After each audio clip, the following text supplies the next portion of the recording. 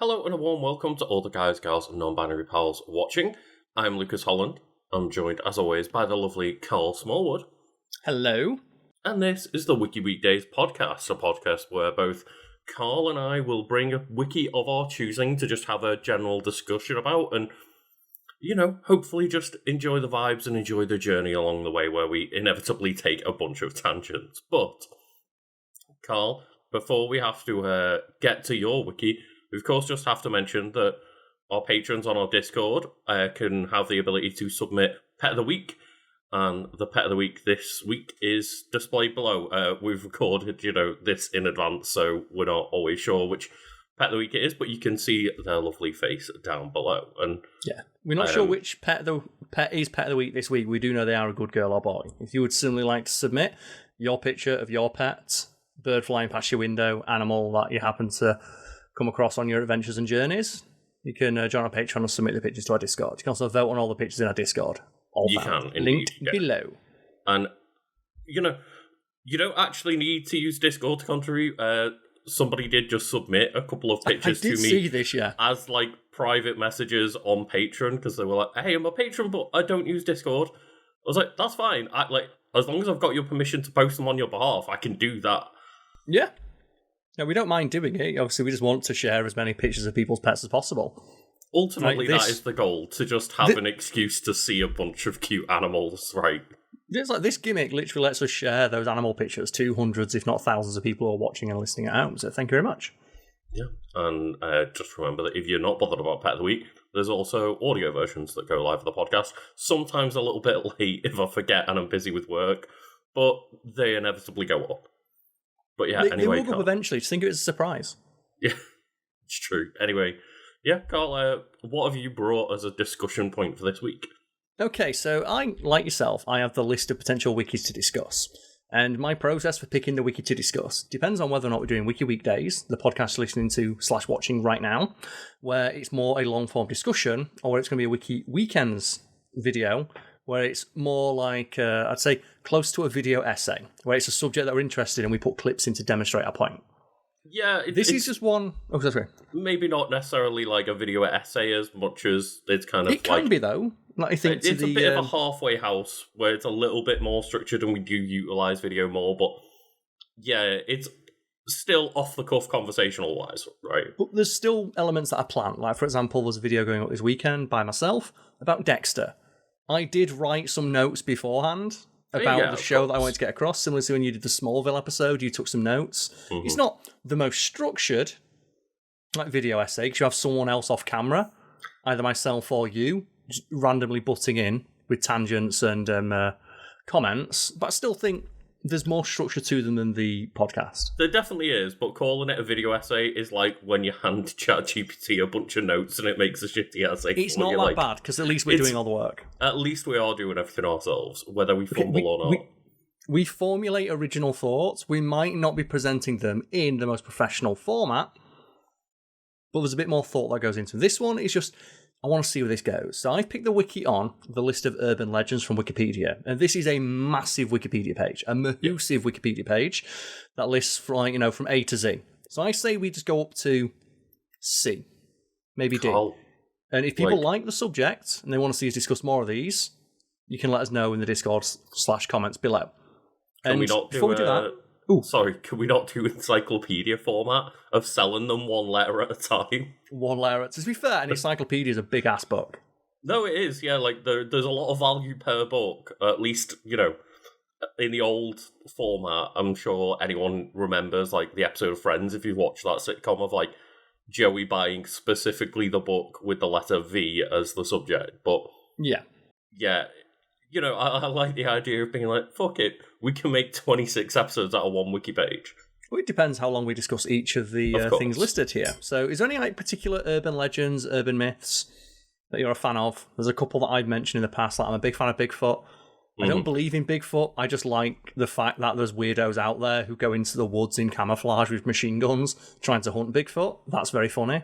I definitely think that cryptids are probably the most interesting format of urban legends, right? They're also the most innocent. Because when you get on stuff like aliens, that very quickly turns to government conspiracy. ghosts that can turn into like religious nut jobbery. When it's like, hey, there's a big gorilla that lives in the woods, it's really hard for that to become dangerous, except for when as I mentioned, people go into the woods with machine guns hunting for gorillas. It's like that TV program you talked about at one point where someone's like, no, I definitely shot a Bigfoot-looking thing in the middle of the woods and, like, buried the body. It's like, Go you watch just our killed episode on someone. Bigfoot. Yeah, we've done an episode on Bigfoot. We discussed this. Like, I'm a huge fan of really bad reality TV. The worse the subject matter is in terms of, like, how pathetically niche it is, the better for me. And that was one just, like, a guy who's like, I shot a Bigfoot. And he recounts the story of, like, well, how do you know you shot a Bigfoot in the woods? And it's like, well, he looked at me. So, what? So, yeah, it looked me in the eye and it cried, and then I shot it and buried it in the woods. And it's like... Okay, so this is a list of urban legends, an urban legend or urban myth. And this is the beauty of the Wiki Weekdays / Wiki Weekends format.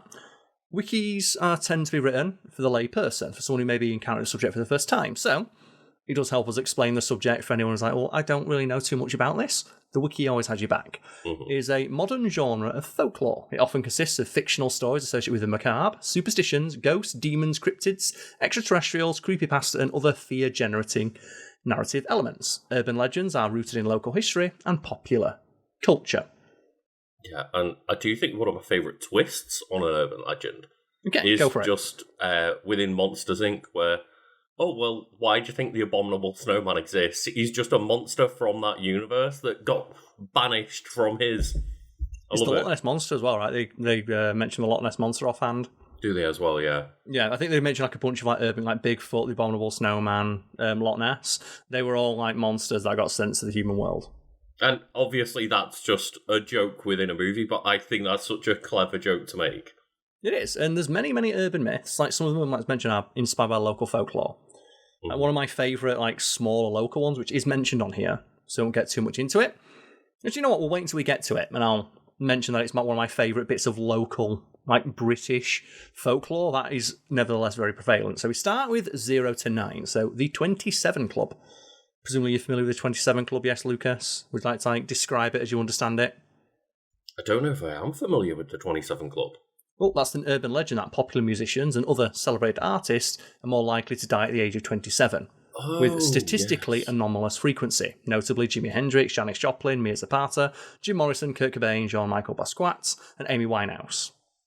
Which so this is an urban myth. A long list of people considering how many musicians exist, but exactly. 27 is a very young age to die. It's very young, which is why it's noteworthy, but it does mention here that the claim of a, and I quote, statistical spike for the death of a musician at that age has been repeatedly disproven by numerous studies. We won't delve too much into this because I don't like the idea of opening our ostensibly comedy podcast talking about celebrities who die. Mm-hmm. But that is a very popular one, and I wasn't aware of the fact that that's an urban myth. I definitely have. I guess it does bear out with that thing that you said of a lot of celebrities pass away. The idea of there being this connected to the age of 27 is probably not accurate given like how many people pass away in a given day, week, month, year. Does sound like the kind of thing that is just confirmation bias. Yeah. Waiting to happen, right? Of just someone noticed that, hey, a couple of musicians died at that age and then started to actively look for more, whereas, you know, you could probably find a link between certain amount of celebrities at certain ages with certain things if you tried hard enough with a bunch of different stuff. Yeah. We move on now, Lucas, to the 999 phone charging myth. This is an urban legend that claims that calling an emergency telephone number, such as 999 in the UK or 911 in America. Also, fun fact, do you know if you dial 911 in the UK, it still works? Oh, because that many people have been deceived by, like, Hollywood movies, not deceived, etc. but pop culture has ingrained in people's minds that 911 is the emergency services number. I guess it's deception, but not malicious deception, right? No. It's just osmosis. It also shows the power of media, right? To influence like people's thoughts. I think there was one point in my life where somebody asked me, what is the emergency number? And I did say 911 because I'd heard it in so many pieces of American media that I was just used to it. Well, the myth states that if you call that emergency number and then hang up immediately, your phone will charge. There's some idiots out there. Never forget, there was that like 4chan trend where they got it trending on Twitter of like, do you know there's a new iPhone update where you put your iPhone in the microwave, it charges it? It'll charge it with something. Or the other one is, there's a new iPhone update that makes your phone waterproof. Why don't you test it? Just to try and get people to ruin their iPhones. God. And that might itself be an urban myth, but I've seen, I'm aware that's the thing that people tried to spread. I'm not sure how many people actually properly fell for it. I can understand the idea of, trying to make it as possible to access emergency lines as you can, but where's that energy coming from? It can't just be created by calling a phone number. I feel it might be just an assumption that someone made and then spread based on the fact that if your phone is turned off, there's always a little bit of power left unless it's completely, absolutely dead to dial an emergency number. Even if you've got no signal, you can still dial an emergency number. Yeah, or you haven't paid your contract or whatever. If you don't have any more old school term, but if you don't have credit on your account, then you could still call an emergency number for free. Yeah, I feel it's like an offshoot of that, and I can understand why people might understand it. It's like, do you know if your phone's turned off, you can still dial 999? Which is probably not the best message to send to younger people. It's like, no, just make sure your phone's charged. If your phone's not charged, find someone who can help. It is kind of wild being in customer service in 2025 time recording, where the amount of people that only have their phone as a method of payment and stuff like that, where they're out in a shopping centre or in a restaurant, and they'll come into the restaurant and be like, hey, can you guys just charge my phone for me because I haven't got any battery and I've got no way to pay for my food otherwise. I don't understand, A, having no backup, and B, not at least having the one way you can pay charged up. Yeah, being prepared in that sense. It was on Reddit a few weeks ago, just an Ask Reddit thread of, hey, what's just the most petty thing you broke up with someone for? Someone's like, yeah, I dated a guy and his phone was always on 7%. I just couldn't deal with it. It stressed me out too much, and he didn't seem to care, which only made it worse. I'm shocked to see how many people do it on a daily basis, and I'm like, where is your level of any amount of preparation going? Just out the window, apparently. What I'm more surprised by is the willingness of people to just hand over what is ostensibly their entire life on a digital device. Like you said, it has their payment information on it, it has bank information, it has all their social media accounts, it has access to, in some cases, their car, their home address, all their maps, conversations, private images, very private images in the case of some people. And they'll just hand it over to a random person in a shop, can you charge this for me? It's also very weird how many people get upset when you ask, okay, if, somebody handed my phone to somebody and it's charging in the office or whatever. Can you just go get the phone for me? Can you describe, what type of phone is it? What's on the wallpaper? Any identifiable thing, identifiable thing, like the phone case? And they'll just be like, well, I gave you my phone, get me my phone. I know it doesn't always happen, but some people do, they can't make that logical leap of, but I don't know that it's your phone, and can't you see that I'm trying to do you a favour? Because if someone came up and said, can I have my phone back, and I handed it over without checking, that could be someone trying to steal your phone. Why do I care more about your phone than you seem to care? Because if I got asked that, I'd actually be surprised. Oh, thank you. If the person didn't recognise me. Because I'm sure there's people who try and blag stuff like that all the time. Of course, yeah. Asking, is there a phone in lost property? I left it here yesterday. And just seeing if anyone does. Why not? Yeah, it's I remember watching years ago, it was just one of those documentaries about being homeless. And some guys there, he's like, I used to be homeless on the street. Just some advice for anyone who finds himself in that unfortunate situation. Just go into big restaurants. Don't go into small cafes and stuff like that, because, their overhead's pretty thin. Go into a McDonald's, a Burger King, a KFC. Just go in and say, yeah, last week I came in, look as presentable as you can. Came in last week, got a burger, it was cold. Called your manager, he told me to come in today and get a free meal. Most of the time they give you one. It's not ethical, but when you're starving, it's better than stealing it from a shop, right? At least it's a big business where they have wastage factored into their costs. Yeah, it's not like, as you say, a small business that's running on the breadline. It's like giant, massive, trillion-billion-dollar corporations. It's not ethical, but it's arguably more ethical than like stealing it from a store, right? Because it is like, as the guy mentions, like they factor wastage and stuff into their costs. Yes, of course, yeah. But I did find that interesting. We move on now, Lucas, to A. So we have the aerial water bomber picking up a scuba diver. This is an urban legend about an aerial water bomber. Those planes you see that like scoop up water. Or they're like giant firefighting ones, yeah. Yeah, or the helicopters that have the big buckets underneath, scooping up a scuba diver and dumping them on a wildfire site. Which, I can totally see how someone could fall for that. People believe UFO stories. Right? Yeah. Why would you not believe that? Just a person swimming in a lake that they're not meant to swim in.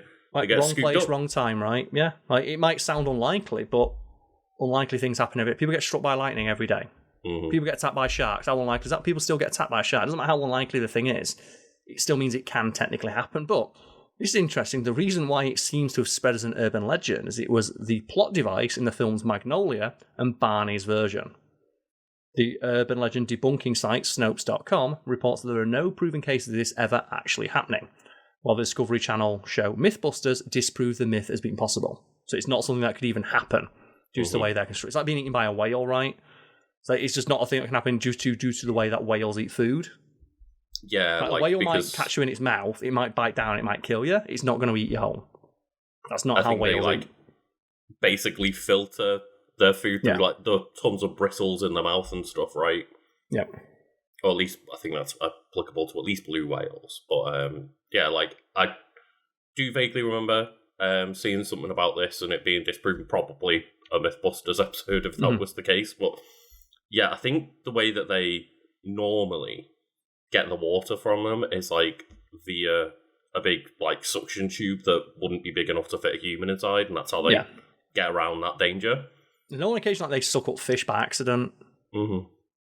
Yeah, it sucks for the fish. That's got to be a wild way to get it right for that fish.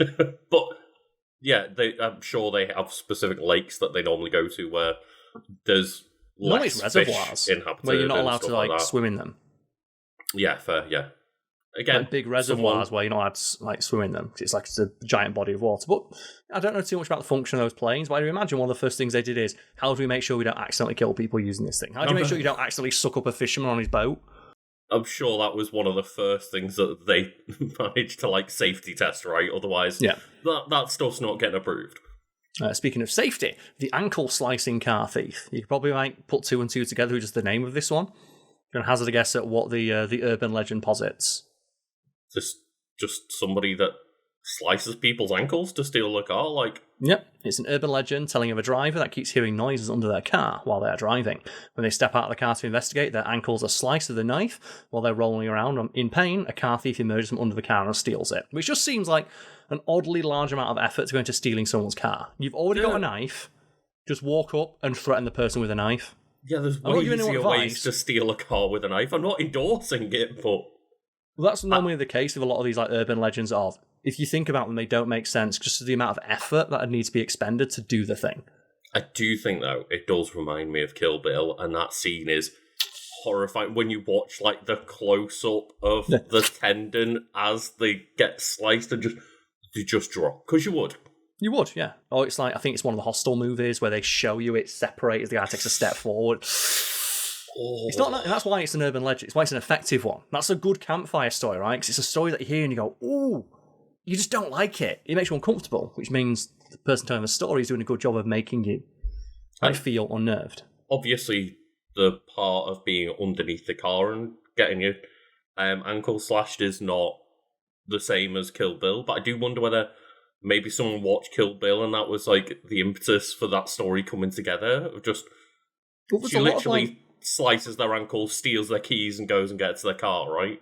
There was a lot of like popular like urban legends about like cars, especially from America, with like car culture being so big, like, you know, guys sitting in the back seat, or the one about you being chased on the motorway. Well, no doubt get mentioned in this. So like getting chased by the crazy person on the motorway, beeping, and they escape the crazy person, not realizing the crazy person is not crazy. They were trying to warn them. There's a guy in the back seat of the car, and the guy in the back seat gets them. God, yeah, the amount of times that I've seen that exact storyline in a TV show or a movie, yeah. Yeah. And the next one, Lucas, is Area 51, which we did discuss briefly when we brought Davin from Today I Found Out onto the podcast. Which technically isn't an urban legend. It does exist. It's just the fact it contains aliens, that's the urban myth. Mm-hmm. It's probably not even worth talking about, because the people who believe it are never going to be convinced, and the people who don't care, don't care. It's all fun and games until people actually start taking it too far, like the raid on Area 51 and all that jazz. That was largely funny because it just turned into a big party, but I imagine there was at least one person, if not more, among like the Area 51 raiding parties who was legit serious about breaking in to see them aliens. Yeah. The vast majority of people turned up to that event did so because it was just an organic moment of like internet collectivism, which was fun. Like the amount of people who turned up with like signs saying "clap them alien cheeks" and wearing like Master Chief outfits, funny as fuck. Or just wanting to narrow a run towards Area 51, right? I love that there's that one shot of the person giving, like, on the news talking about it, and 3 people in the background run by Naruto running. Was that, like... We need to talk about that at some point, specifically that event. Because one of the things I love is how organically it all unfolded, and I love that very quickly.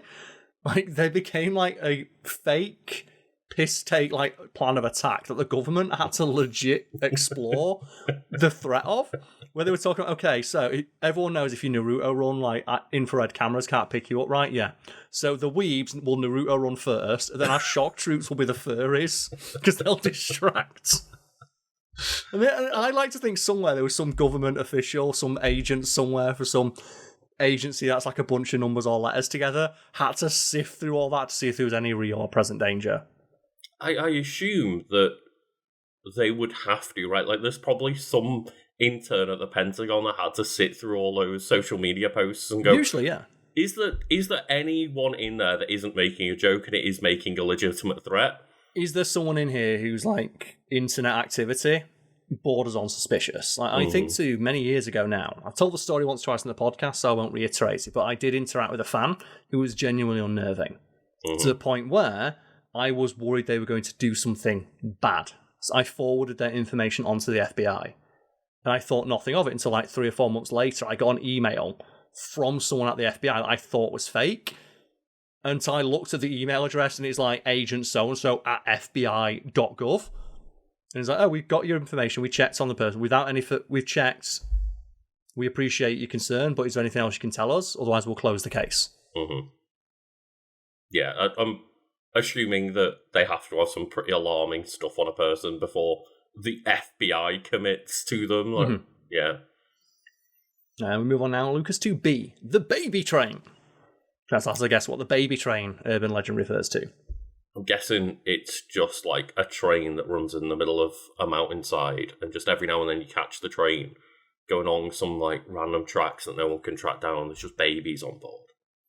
No, it's somewhat less fantastical. It's an urban legend that claims a small town, usually somewhere in the US, had an unusually high birth rate. When it was investigated, it was discovered that a train would blow through the town at 5 a.m. and let off its horn, waking up all the residents. Since it was too late to go back to sleep and too early to get up, couples would have sex. This resulted in a mini baby boom. And there's plenty of urban myths like that, right? Of like, did you know there's like a spike in births 9 months after Valentine's Day? Yeah, I have a lot of friends that have birthdays in the week surrounding September 25th. And I'm like, what, about 9 months after Christmas? And New Year's? Is that really that shocking that you all seem to share birthdays? It's like, The one that I like is there's not many births around there, but there is noticeable spikes around big dates of New Year's. Like, presumably there was one for like 2025, so that's a nice round number. Because there's a thing about having New Year's babies. Of how to have a baby as close to New Year's as possible. So whenever will be exactly 9 months before New Year's, I know there's a spike. There will presumably be a spike of couples trying then. And I think it's not technically 9 months, it's technically like 40 weeks, right? Which is... Yeah, 9 months is just the tiniest bit off from 9 months, depending on the months or something. But yeah, I think people are aiming for the wrong time, because why are you not aiming for Halloween? That's the funnest time to have a baby. Well, technically the best time would be September. So statistically, one of the best times to have a baby would be September, or as close to the new school year as possible. Because there's been a load of studies done that show, like, as you get older, it doesn't really make that much difference. But when you're younger, like someone who is in like as the last birthday of a school year, and someone has the first birthday of a school year, that person effectively has an entire extra year of schooling and development. That's obviously talking about our school years, which start in September. Years. I'm not sure when American school years would start, so it'd be like whenever American school tends to start.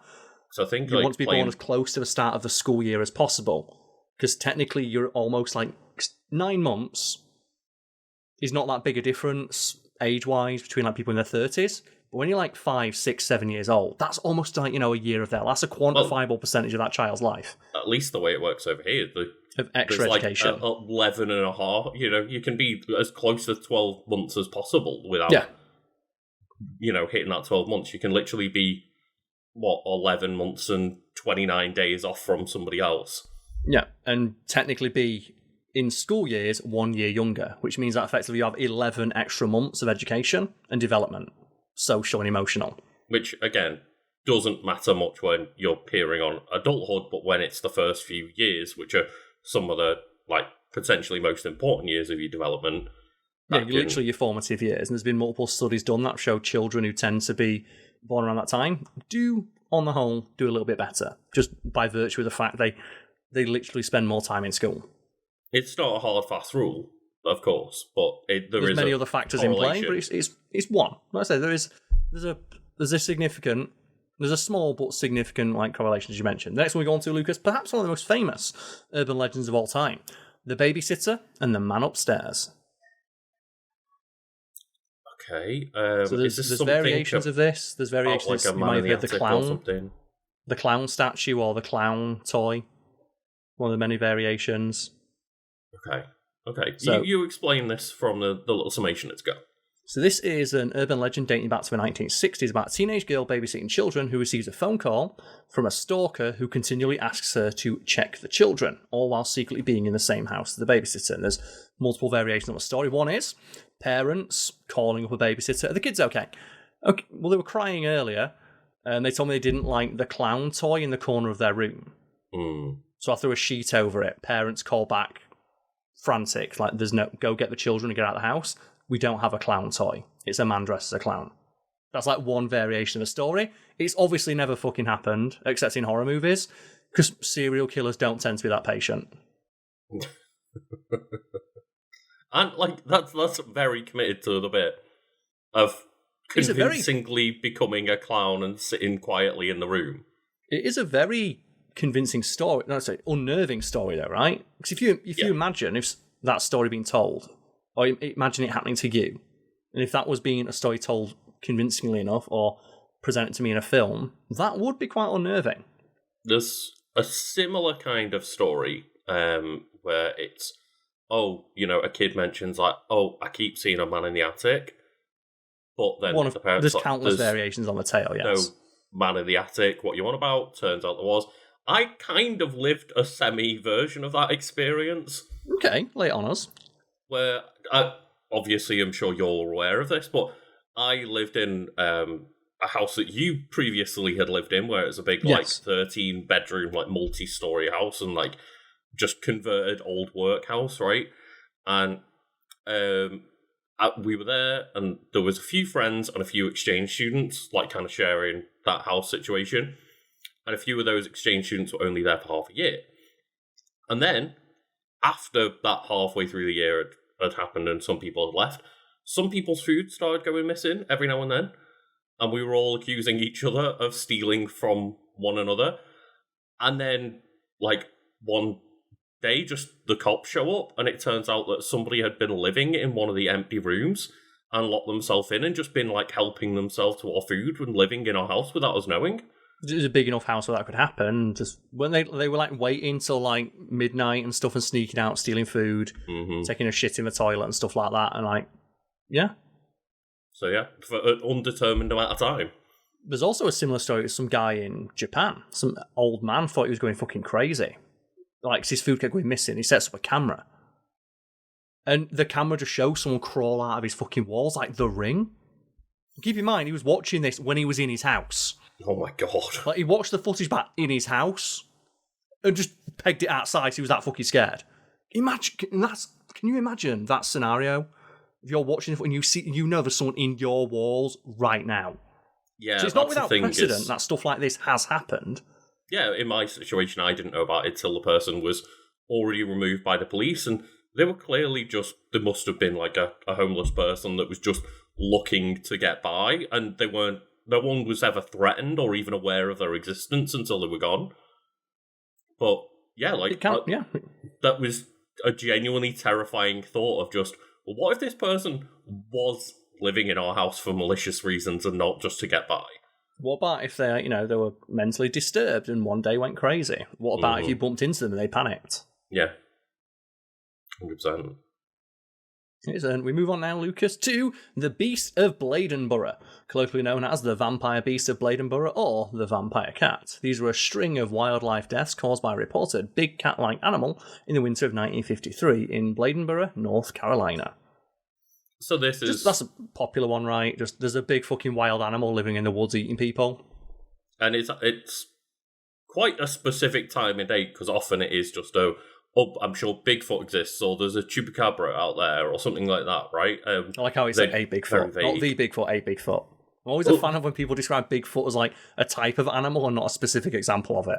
I prefer the idea that there are big feet out there. Yes. Not one Bigfoot. I much prefer it when it's a Bigfoot. Mm-hmm. Because, then it explains why people have seemingly been able to find Bigfoot for 100 years or whatever, and that story's still ongoing, because how would there still be Bigfoot sightings otherwise if it was just one Bigfoot? Yeah, we move on now, Lucas. This is my favourite. This is my favourite, urban legend that is specifically from the UK. I mentioned it a couple of times, specifically in the Bigfoot video. The Beast of Bodmin Moor. And how familiar are you with the Beast of Bodmin Moor? I'm only familiar with it because you've mentioned it in the past. I don't remember it too well. Well, it is a legend that describes a phantom cat purported to live near Cornwall on the moors. In the United Kingdom, Bodmin Moor became a centre of reported sightings after 1978, with occasional reports of mutilated livestock. The alleged panther/leopard-like black cats of the same region came to be popularly known as the Beast of Bodmin Moor. And it's most likely it's probably a fox. It might be a big hungry fox. It might be a dog that escaped. But I just love the idea that somewhere in the UK is the world's most depressed leopard. It's a leopard that lives in Cornwall. Right? I mean, it's like you could pick a worse area of the UK. Cornwall's quite nice. Oh, it's like, it's Flamingo Land, which is like a crappy theme park / a zoo in the UK in Cleethorpes, which is not a nice seaside town. It's nice, but it's not a place you'd expect to see, for example, a polar bear. It's one of those. You don't want to be a polar bear in Cleethorpes, I'm sorry.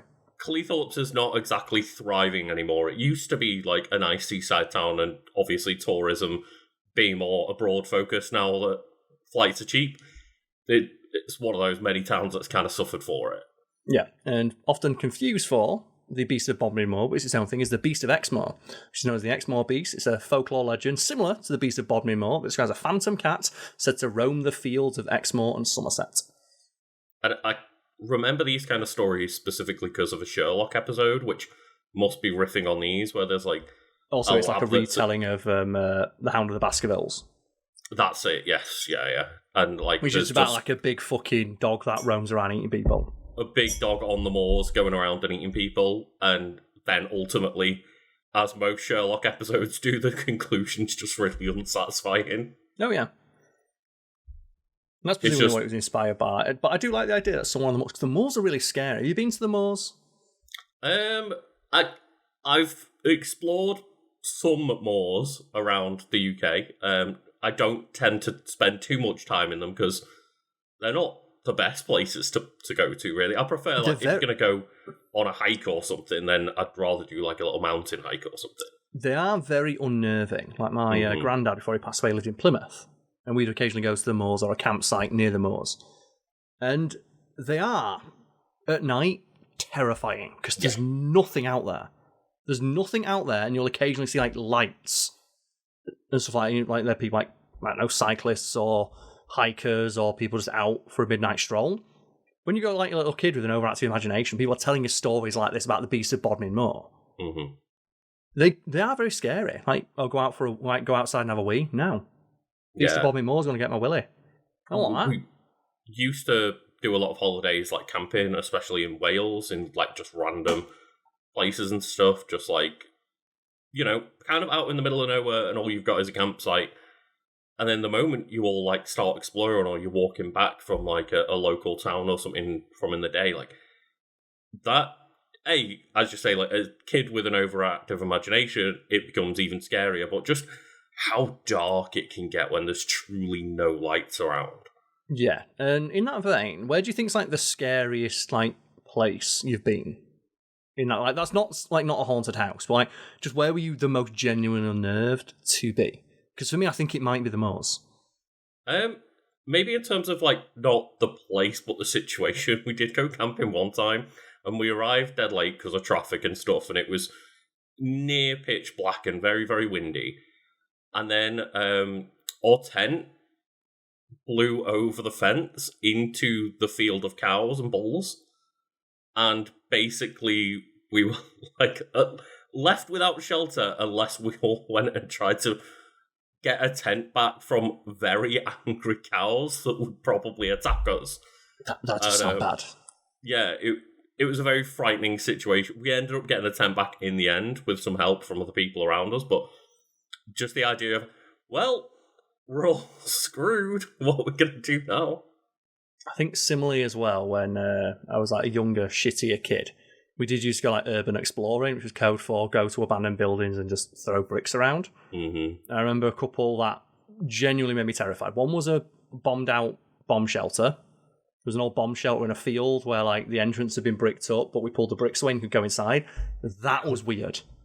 Yeah. Because like that is completely pitch black. You can't hear anything. And this is like before smartphone stuff. We didn't have torches. Like closest we had is like one crappy torch we got from like Pound Stretch that didn't work. And tell you what, when your mate, who's not a mate anymore, turns that torch off and runs out, and you're left in like you will shit yourself. It does remind me of a game that I thought was very interesting. Like popped off, I think like early this year / maybe last year. It was called like Content Morning, and the entire like idea around the game was just 4 people wandering into dark, scary places with video cameras, trying to get scary YouTube footage, but not die along the way. And I was like, it's a very kind of, it's a very true to life experience, right? Of being a kid and just going exploring and being like, we shouldn't be in here, and this is kind of scary, but obviously in the video game, I can see the monsters appeal of actually content like that, yeah. I've done it a couple of times. Like, there's a few like places that I went that were abandoned when I was younger, and they are genuinely scary. Especially when you know you're not supposed to be there, which also adds to the fear. But we move on now, Lucas, too. We have here Bigfoot. Refer to our episode on Bigfoot. We did an entire episode about Bigfoot. I love Bigfoot. I love stories about Bigfoot. We cover a bunch of stuff about Bigfoot, including a bunch of terrible documentaries, which is like clips and scenes from. Go check that out. You know what? I prefer Big Feet. Big Feet. There we go. It's multiple big feet. We have Black Aggie, a folklore legend that describes a statue formerly placed on the grave of General Felix Agnes in Druid Ridge Cemetery in Pikesville, Maryland. Supposedly the statue moves around and gets people, which is a very popular one, right? Probably popularised by Doctor Who, the Weeping Angels, but the idea of statues coming to life and roaming around getting people. Or, that writer being inspired by these kind of folklore and legends, right? That's what I mean. The idea was probably popularised in most people's minds by that, but it's a classic folk tale of the statue coming to life. The first episode, Blink, that is a terrifying ending where just the voiceover from David Tennant, like, they are everywhere. We just have essentially got them stun-locked because there's so many people popularising every major city around the UK. There's always eyes on the statue at some point, right? Everybody is always looking at the giant statue in, like, Trafalgar Square or something, so they can't move. But if at one point everybody took their eyes off it, they're everywhere. I think it's like one of those like viral YouTube videos. It's like some guy trapped in a mall, and he's being chased by a statue that deliberately goes against this trope, where he's being followed by a statue, and you think it operates the same way a weeping angel does. And he looks at the statue and he keeps his eye on it, then runs away. Then he spots it again, he keeps his eye on it, and he's about to get around the corner, and the statue just starts coming towards him. Whoa, what the fuck are you doing? And runs away. Very well made. I can't remember the name of it, but I'm saying that now. Someone out there is going to know what I'm talking about. Please let us know in the comments. Yeah, it reminds me of, I think it got very popular over the pandemic because people are able to like pull off a lot of these shots in real life where they could go to like they could real life abandoned places and be like, hey, I've ended up in like this place and everybody else is missing. What the hell's going on? And they could make that kind of content of like just eerie footage of what are meant to be very popular places just completely empty. There's something that is unnerving about it. It's like abandoned theme parks. Yeah. Abandoned theme parks, abandoned malls, like any place you expect to see a lot of people. Now we move on, Lucas, to the Black Angel, a folklore legend that describes a statue in Iowa City said to be cursed. Okay, very classic. Statues being cursed, moving around, eating people in the middle of the night. Black Annis, also known as Black Agnes or Black Anna, a folklore legend that describes a blue-faced hag or witch with iron claws and a taste for human flesh. And that's a folklore that originates from England. And I did write an article on like mythological creatures that you probably never heard of, one of which included Black Annis. And the detail that I like is it was very clearly just a folk tale devised by parents to make kids just go to fucking sleep. Because the thing is, she only gets you if you're awake at night, when you're not supposed to be, and if you leave your window open. Oh, okay. In which case she'll reach through the window and grab you. And it's like, that is so clearly a story told by parents. Like, go to sleep, do not open your window. Yeah, and I don't know I can't really remember things like the Bogeyman, right? Boogeyman, yeah. Or the Boogeyman. Yeah, I don't really know the origins and the ideas of the Boogeyman anymore, but just the idea, again, it's I think similar it's to just this, right? It's all folk tales. The Boogeyman feels like a generalisation of countless other, an amorphise. Would it be a morphization or an amalgamation of all these other countless folk tales that in some cases are specific to a particular geographic location? Just gets normalised to the Boogeyman. Yeah, and again, it just feels like the kind of thing you were told as a kid to just get you to behave right. Yeah. Like I can't remember the specifics of what at least I was told about the Boogeyman. It's strange because the Boogeyman's not on here. I thought the Boogeyman would have been on here. Yeah, you would think so. But again, maybe it's just because it's, I should say, like an amalgamation of a bunch of other things. And we have to as well give a shout out to Homer in The Simpsons, where like the fantastic moment where Lisa's like, I had a bad dream, Dad. Oh, you tell me all about it. It's like, I dreamed that the Boogeyman was here, and Homer just immediately gets up, screams, and gets his shotgun out. And the best bit about that scene is when he crouches all the way down to Bart and goes, I don't want to worry you, but there may be a Boogeyman or boogeymen in the house. And just the fact that Homer immediately exacerbates the situation by suggesting there could be more than one Boogeyman in the house. Oh, God. It's great. Oh, is there any like similar stories like that for you? Like that specifically originate from like your childhood? There is a lot of them I'm skipping over here that's like there's no real information on it besides the fact like in this one part of the UK was a rumour that there's a lady in the woods that haunts it. Yeah. Which is a very popular story, right? Of like there's a lady in the woods. Yeah, I think like, you know, there's a lot of... Like, for example, the Black Lady of Bradley Woods. She's a ghost that exists in the woods of Bradley, Lincolnshire. Yeah, there's a lot of stuff like that, right? And, you know, it's actually one of the coolest plays I think I've ever seen is The Woman in Black, which is a very similar kind of tale, right? But just the pull off a lot of cool special effects in that play to make it look like this woman is teleporting around the stage and has magical abilities and stuff. Yeah, and why is it as well? It's always a lady with long hair. I don't know what it is about that visual, but it's very scary. And you see it across cultures, like with Sadako, I think it is from like the Ring series. I don't know if it's Sadako from the Ring or the Grudge, but the similar like of just like little girl with long, lank black hair is a terrifying visual. Well, you know, there's obviously again it's pulling from folklore, but there's a Sunny episode series where they go to Ireland and they talk about in one of the episodes like hags, the witchly hags that come back from the grave to haunt their husbands from the grave, and just there are always, you know, the ghostly women with long ragged hair that'll screech at you and stuff. It's a terrifying visual. I mean, it's very common. I said across like a lot of cultures. I think about like how many scary movies have the primary villain be a lady with long straggly hair. Speaking of which, Bloody Mary, a folklore legend consisting of a ghost or a spirit conjured to reveal the future. She's said to appear in a mirror when her name is called multiple times. The Bloody Mary apparition may be benign or malevolent. I'm so bad at some of these words. Malevolent, depending on historic variations of the legend. I do wonder... Again, super common trend in media, like, right? Where the trope originates is where I'm curious about, of the idea that, well, you summon some mystical spirit by saying their name in a mirror 3 times. It's such a weirdly specific thing to think up and then be widespread across multiple different folktales.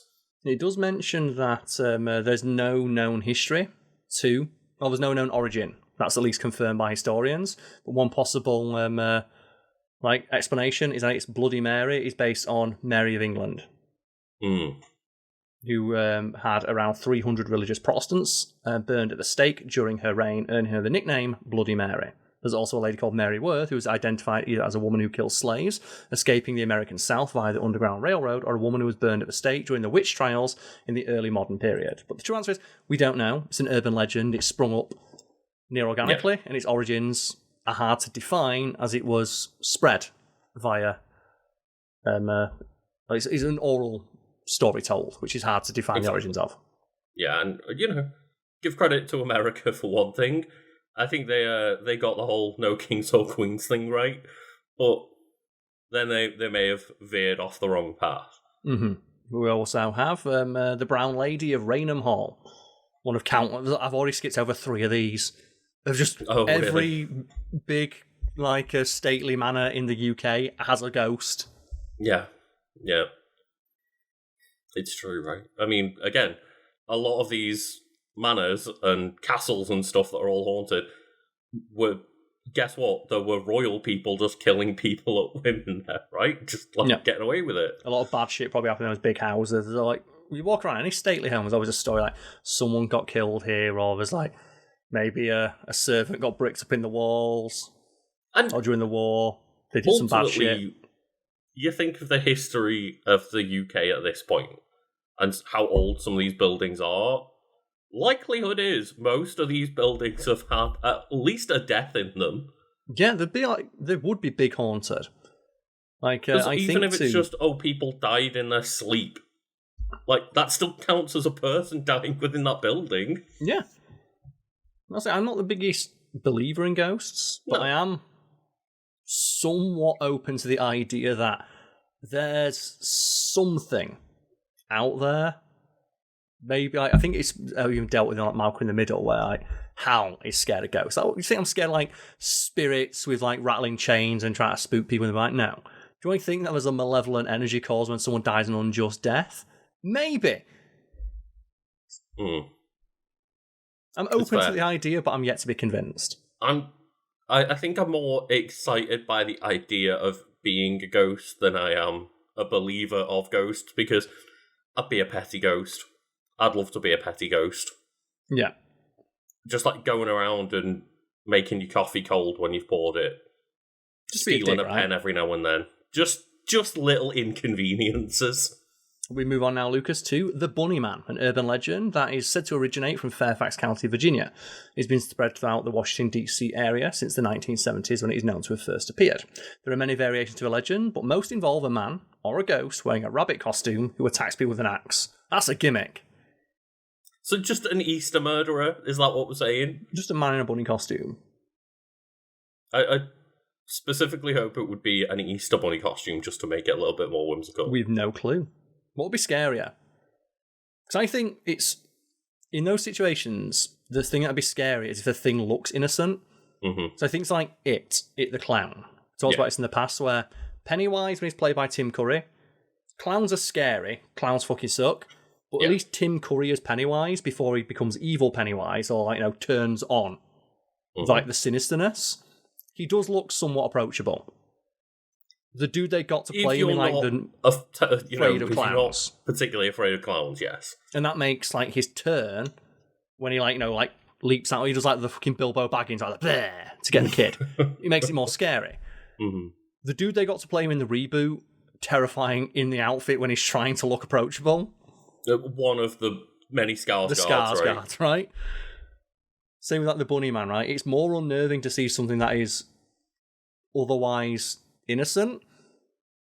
I think it's on both sides of the extreme, because if I saw a normal man in a bunny outfit, I'd be like, that's not particularly scary if they come and attack you. But if he was holding an axe, there's something about the juxtaposition of something innocent. An axe at you is scary. But would it be scarier if he's wearing a bunny outfit? Like if you saw a guy wearing like bloody overalls holding an axe, and a guy wearing a crisp, perfect bunny outfit holding an axe. Well, I was going to go I'd a normal be more bunny unnerved outfit. By the bunny outfit. I'd be less unnerved by than an Easter bunny outfit wielding an axe. But then you go all the way to the other side of the extreme. If somebody was wielding an axe and was in the Frank costume from Donnie Darko, I'd also just be That's very what I was going to say, yeah. But there's like something about it's the corruption of innocence, right? Where it's something that is innocent that has been, let's say, corrupted in some way. So I think I'd be more scared or more unnerved if I saw a dude, like if I'm walking down the street, it's a big dude carrying an axe. So that dude's wearing a bunny costume. No, fuck that. But the first time I watched Donnie Darko, when I was probably a little bit too young to watch Donnie Darko, Frank turned up and I just turned that shit off and waited a couple of years. I think it's Brightburn. Because we mentioned that in a video recently, so I rewatched it because I was, that was a good film, I want to rewatch it. Mm-hmm. And there's a moment in it where like the little kid starts flying and just some dude's like, nope. Just turns his car around and drives the opposite direction. Like, I'm not dealing with it. I'm not being paid enough. Like the kid's wearing like a scary little mask. And as soon as he sees him start flying, he's like, fuck this, I'm done. It's similar to Chronicle, when they start fucking around with the people at like the gas station or whatever. Yep. Just be like, I'm only a cashier. I'm not paid enough to deal with shit flying around. I'm just going to leave. Yeah, but good luck. Back to the Bunny Man, though. There is something that can be said about it. It's like Simpsons again. It's played for a joke, but I do think Marge has a point. It's like Bart's flying a kite at night. And a kid flying a kite is something that is normal. Mm-hmm. But she just says, like, there's something unnerving about flying a kite at night. It's like, there is something unnerving about flying a kite at night. It's true. It's true. Just anything, any activity where you specifically think of it as associated with a certain time of day or place and that being changed, it's ultimately like, why? It's suspicious. Why are you doing least. This? Yeah. As I said, also like the idea of like the corruption of innocence. That's why like one of the most common horror trends, like little kid, right? Scary little kid, because like what was it? The Shining, right? The twin little girls. Oh yeah, yeah. Like, they look very innocent, but then like you juxtapose that with like the literal tidal wave of blood. But even before that, the creepy, just the effects that they have on them, like the makeup that they have on them. There's just something making not them just quite look a little bit like ghostly, and then the speaking synchronized and like very deadpan. There's just something not quite right about it, right? It's not quite the uncanny valley, but I feel it falls under like a similar umbrella, where there's just something, even like you recognize it as something that is innocent and not to be feared, but there's one detail that's just slightly off that sets off that part of your brain that's like, get the fuck out. Yeah, yeah. You know, we go on now to C. Cardborosaurus, nicknamed Caddy, is a sea serpent in the folklore of the Pacific north of America. So that's like our Loch Ness Monster, which I think way better. Loch Ness Monster would kick Cardborosaurus' ass. Did you say it was Cardborosaurus, like cardboard? Cardboro. Oh, okay.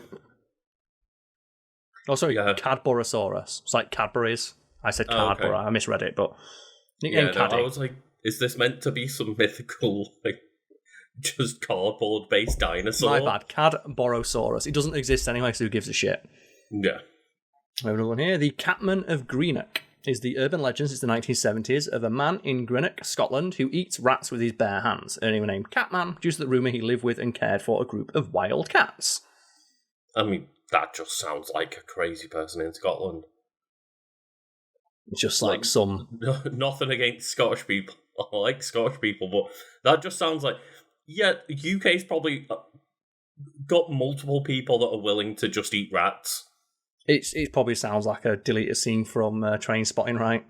The Choking Doberman, an urban legend that originated in the United States. The story involves a protective pet found by its owner gagging on a human finger lodged in its throat. As the story unfolds, the dog's owner discovers an intruder whose hand is bleeding from the dog bite. I imagine that must have happened at some point, like not eating a finger, but I imagine there's someone out there who broke into a house and got their ass kicked by the owner's dog. Probably has happened a few times across history, right? Yeah. But the specific detail of eating the fingers, like it's too perfect. That would be the first thing that got bitten off by a dog, though, because most people would try and calm down a dog and put their hands forward towards them, right, in some kind of way. In which case, I can see that's why it'd be an urban legend that spreads so well, because it does have that, even though there's probably no specific example of it ever happening, it's something that you can imagine happening. Mm-hmm. So you'd make the assumption that the person telling the story is half remembering something that actually did happen. But if you have a chain of 20, 30, 40 people over generations telling that same story, at some point, you're just not even... You stop caring if there was ever an inciting incident that caused the story to spread in the first place. Yeah, because it wouldn't surprise me if somebody came home and their house had, the door had been broken in and they found, blood everywhere and, a finger on the floor or something and the dog had done it. It wouldn't necessarily surprise me. And that's why it's probably spread so well. I said it's very plausible. The Clown Doll. So that's a variation of the babysitter That's story. Just doubling up right there. The clown and a doll is just... Because both separately can be used as scary things. I'd say it's a variation of the babysitter story I told earlier. So it's an urban legend that, based on the babysitter and the man upstairs, due to a similar concept of a babysitter being attacked by an intruder, here being a murderer disguised as an inanimate clown doll. And it's immediately you know it's bullshit, because what parent buys their child a life-size clown doll? Just... Oh yeah, we've got the life-size 6-foot clown doll upstairs in the kids' room that just stares at them while they sleep. Yeah. Cry Baby Bridge, a nickname given to some bridges in the United States. The name often reflects the belief that the sound of a baby can or has been heard from the bridge, with multiple explanations offered for it. Okay, yeah. The Crying Boy, a mass-produced print of an allegedly cursed painting by Italian painter Giovanni Bragolin. This is the pen name of the painter Bruno Amadeo, widely distributed from the 1950s onwards. The idea of a cursed object. Would you ever buy a cursed object? Because I want to own a cursed object. A friend of mine recently bought a house, and at some point in the future, we're going to try and go to a couple of antique shops and specifically look for something that's cursed. Because they want to own something cursed. Not long ago, only last week I think it was, watching some YouTube clips of the show Porn Stars, as in pawn shops. Okay. And one of them was a woman coming in with this ceremonial duck that got buried with, I think it was maybe Mexican people or something like that, from 2,000 years ago potentially. She was I didn't really know what it was. I'd have bought it at some vintage shop, and ever since cursed things have been happening around my house. It's okay, so what's happened? It's sometimes I hear some weird noises. And sometimes I feel the house is shaking. And I'm so you just bought this thing that you didn't know what it was, and you now just got weird vibes off it? It's confirmation bias, isn't it?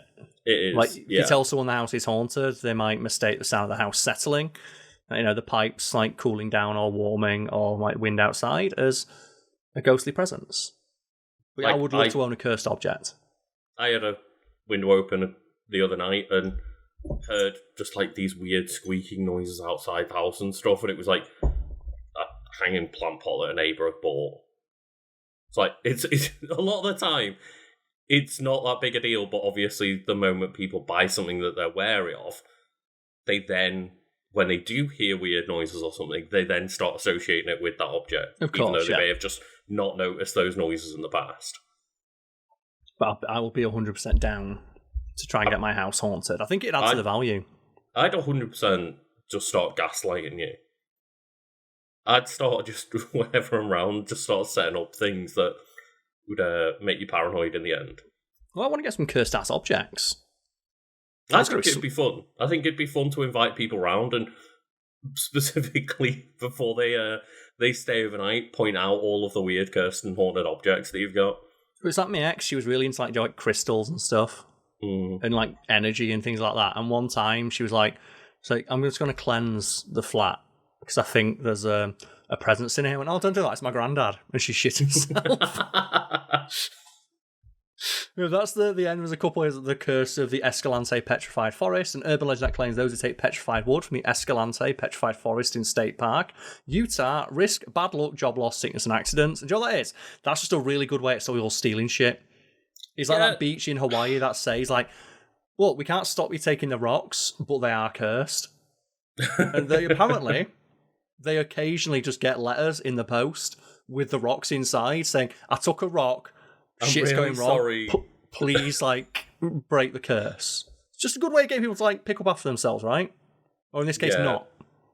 I love that kind of just telling people, oh yeah, everything that you could shoplift here is cursed, but specifically just the wood. Imagine getting your entire life ruined by a curse from stealing a piece of wood. It's petrified wood, and there's some like objects like that are seen to hold some sort of power. I think to like graveyard dirt.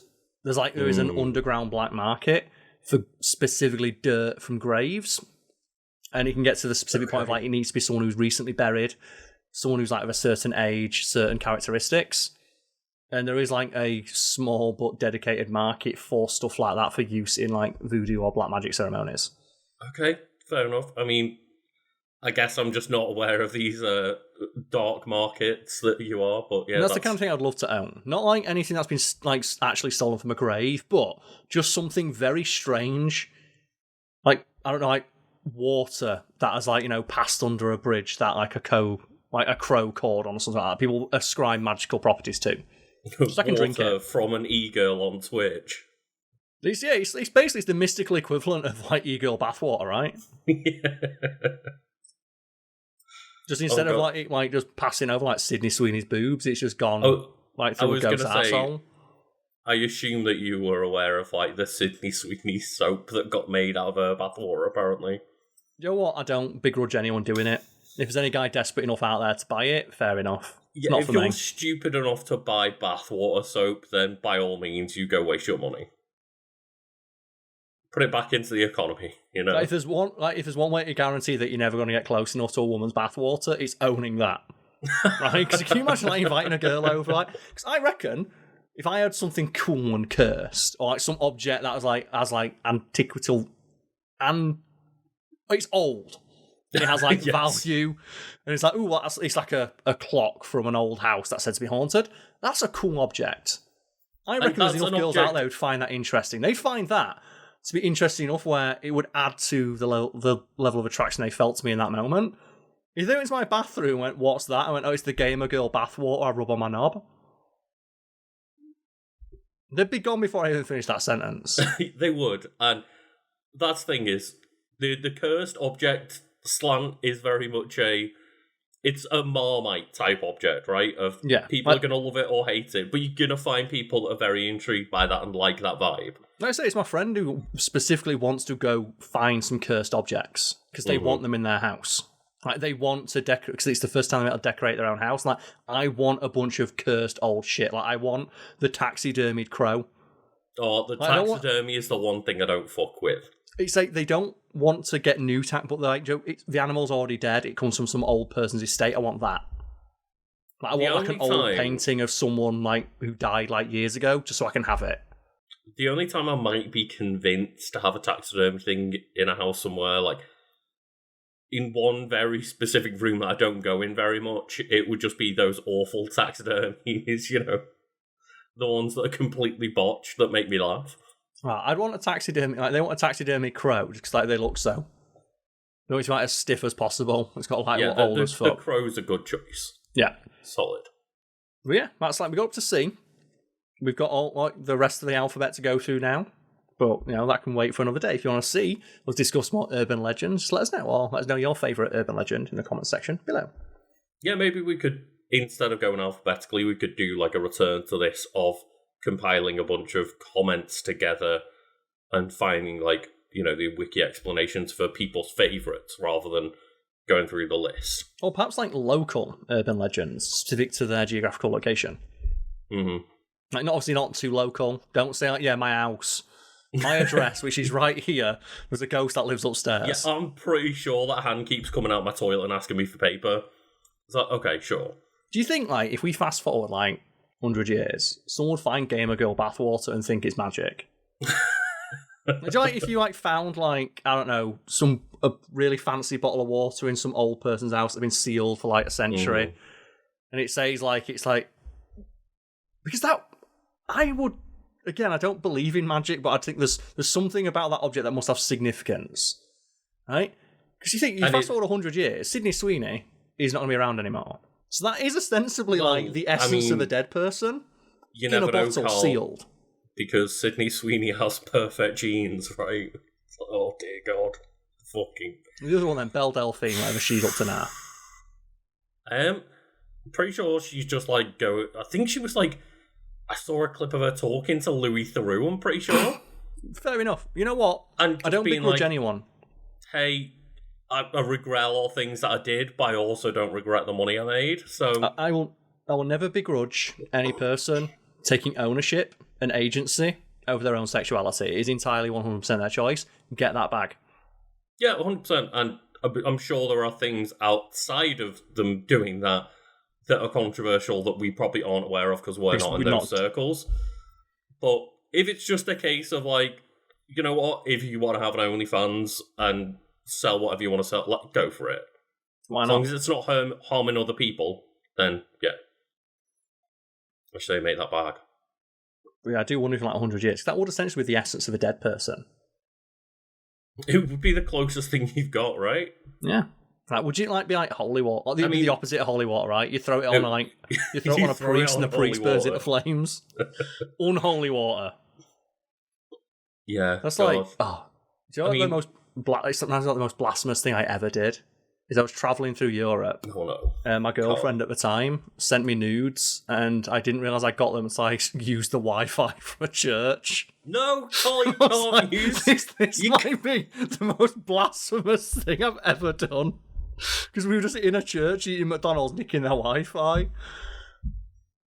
You can't start scrolling nudes with church Wi-Fi. I don't even believe in religion. I didn't mean to. That's the thing as well. You don't believe in it, but like, there's something about that act that feels like I shouldn't be doing this. Like, I don't believe in religion, but I respect that other people have their own choices and believe in those things. So, like, I've not checked my phone in like 2 days. Karl maliciously.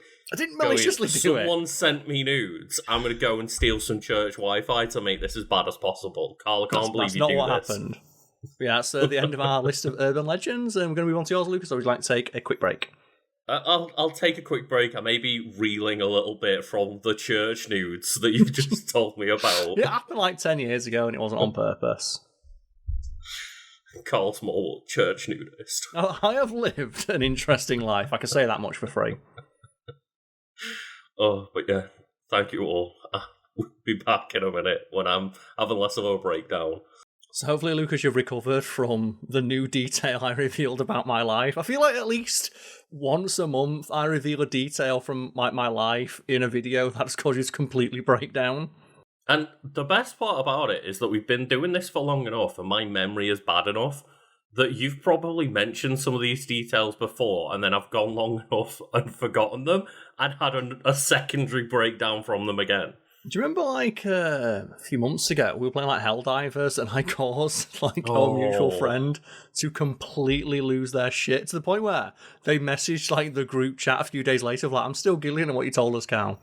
And I remember you were, like, tempted to mention it on the next podcast afterwards, and I will give you the advice again of, like, Karl, this is something you've got to keep to yourself and some close friends. We should clarify it's nothing too bad. It's just when we say message between guys in a group chat.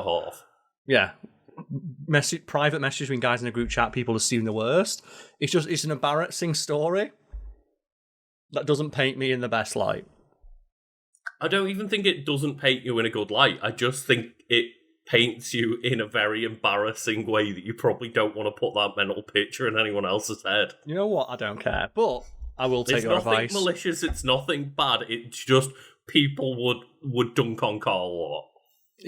Even more than they already do, evidently so. we as close friends of Karl dunked on him a lot. I don't care, I find it a funny story, the reason I tell it. If I still did stand-up, it'd be the cornerstone of my routine. But yes, those of you tuning in, or still tuning in, say thank you for listening to my wiki. We'll move on to Lucas in a moment. We do have a little bit of housekeeping, don't we? Yeah, I have one thing to mention, which, as I was thinking of, like, do we have any housekeeping, I realised that, oh yes, so we have changed the way we're doing YouTube memberships a little bit.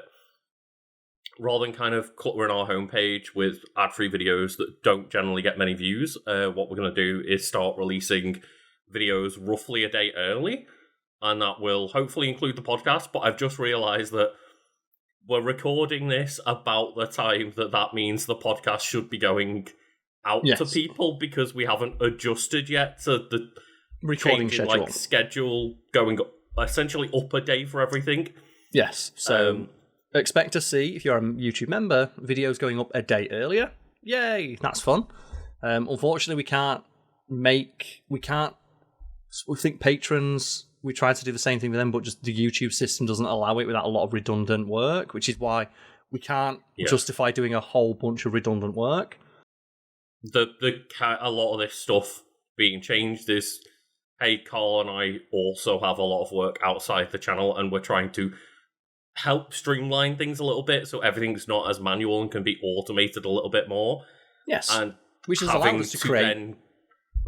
It lets us, then put our efforts into making newer content, like we're going to be making more Wiki Quickies. So, it's not that we're just trying to do less work, it's that we're trying to just work a bit more efficiently and a bit more... Work smarter, not harder, right? Not harder, yeah. And so, another thing, as you mentioned, we've got Wiki Quickies. We'll be releasing those periodically over the next couple of weeks, gauging the feedback and how popular they seem to be. We got some feedback that they're a tad too short, but we also got feedback that they're a tad too long.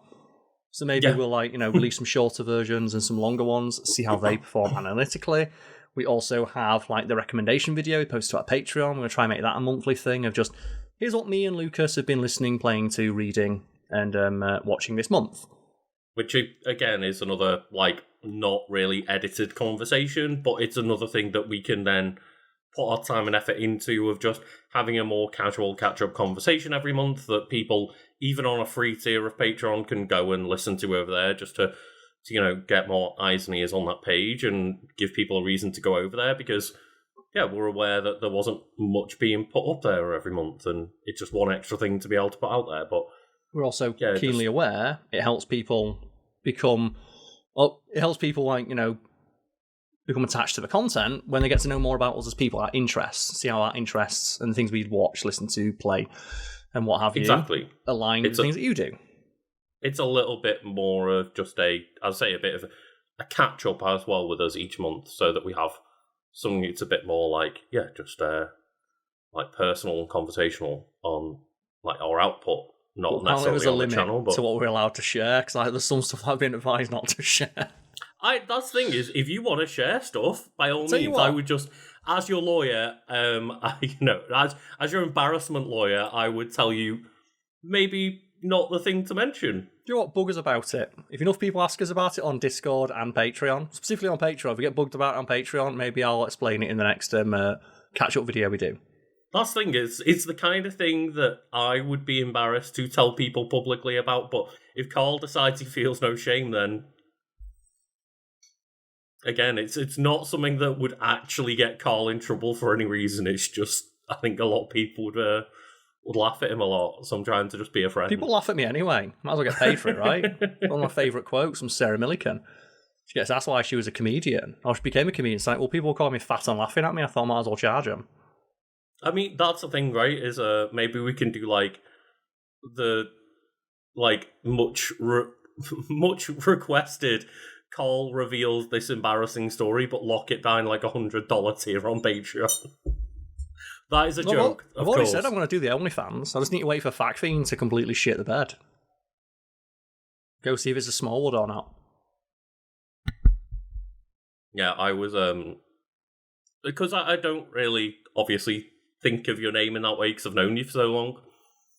but it was when we had a recent podcast where we had Dr. Jordan Breeding come on.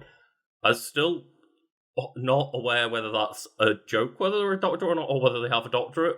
I'd never asked them. I was curious, but I forgot to ask. But either way, people were making note of, well, we've got a Smallwood and a Mr. Breathing on the podcast. I was like, I feel left out now. Mr. Holland. It's like, great, cool. All I get is like a state of the Netherlands. It's fine. But let's move on, Lucas. What have you brought forward for discussion today, Montfrere? Well, we were talking about the kind of like local legends and urban myths. And the only way they become urban myths, Karl, is essentially through, word of mouth. Yes. And old school marketing. And the oldest school marketing, right? Word of mouth is literally the oldest way you can advertise something. Like, just guy in village says, hey, this new thing whips ass, you should buy it. Yeah. And I thought I would, try and link that with my wiki by just mentioning that, this is maybe one of my favourite examples of marketing that I have ever seen. And that is just a website, Karl. So I'm a big fan of marketing. Like, my initial plan when I was at university is to go into marketing. I think I could have been really good at marketing. I think I'd have excelled in that field. But I do feel it would have, destroyed my soul at some point. Yeah, maybe. It depends where you land, right? Of how much creative input do you have. Exactly. Well, marketing, I think, can be very fun, but I think it can also be very soul-crushing if you get stuck in the wrong kind of job. Yes, I can't imagine, the people who are running, social media accounts who are desperate to just get a little bit of their own creativity into that project, but keep getting hamstrung by corporate overlords. No. Look at, for example, the Wendy's account, right? That blew up on Twitter for just talking shit, essentially. Yeah. Supposedly, the rumour is, speaking of urban legends, that the Wendy's account was just an intern, got fired, and just told someone to fuck off on the account. And it got so viral that some exec who was in charge realised, maybe that's what we should do. Maybe our account should just be an arsehole. Yeah. Maybe we should just use that account to dunk on Sonic the Hedgehog. Yeah. So, it's like the Sonic the Hedgehog one, right? You can see that where they went from a bland corporate account to randomly they hired a younger person who just suddenly started embracing the fact that Sonic's kind of lame. Yeah, and that's the thing, right, is it's these corporations, a very small section of them, realising that, hey, if we can actually put personality behind our corporate brand, people will start to feel some kind of connection with us, similar to a parasocial relationship. Yes. Rather than just, oh, hey, it's corporation on social media.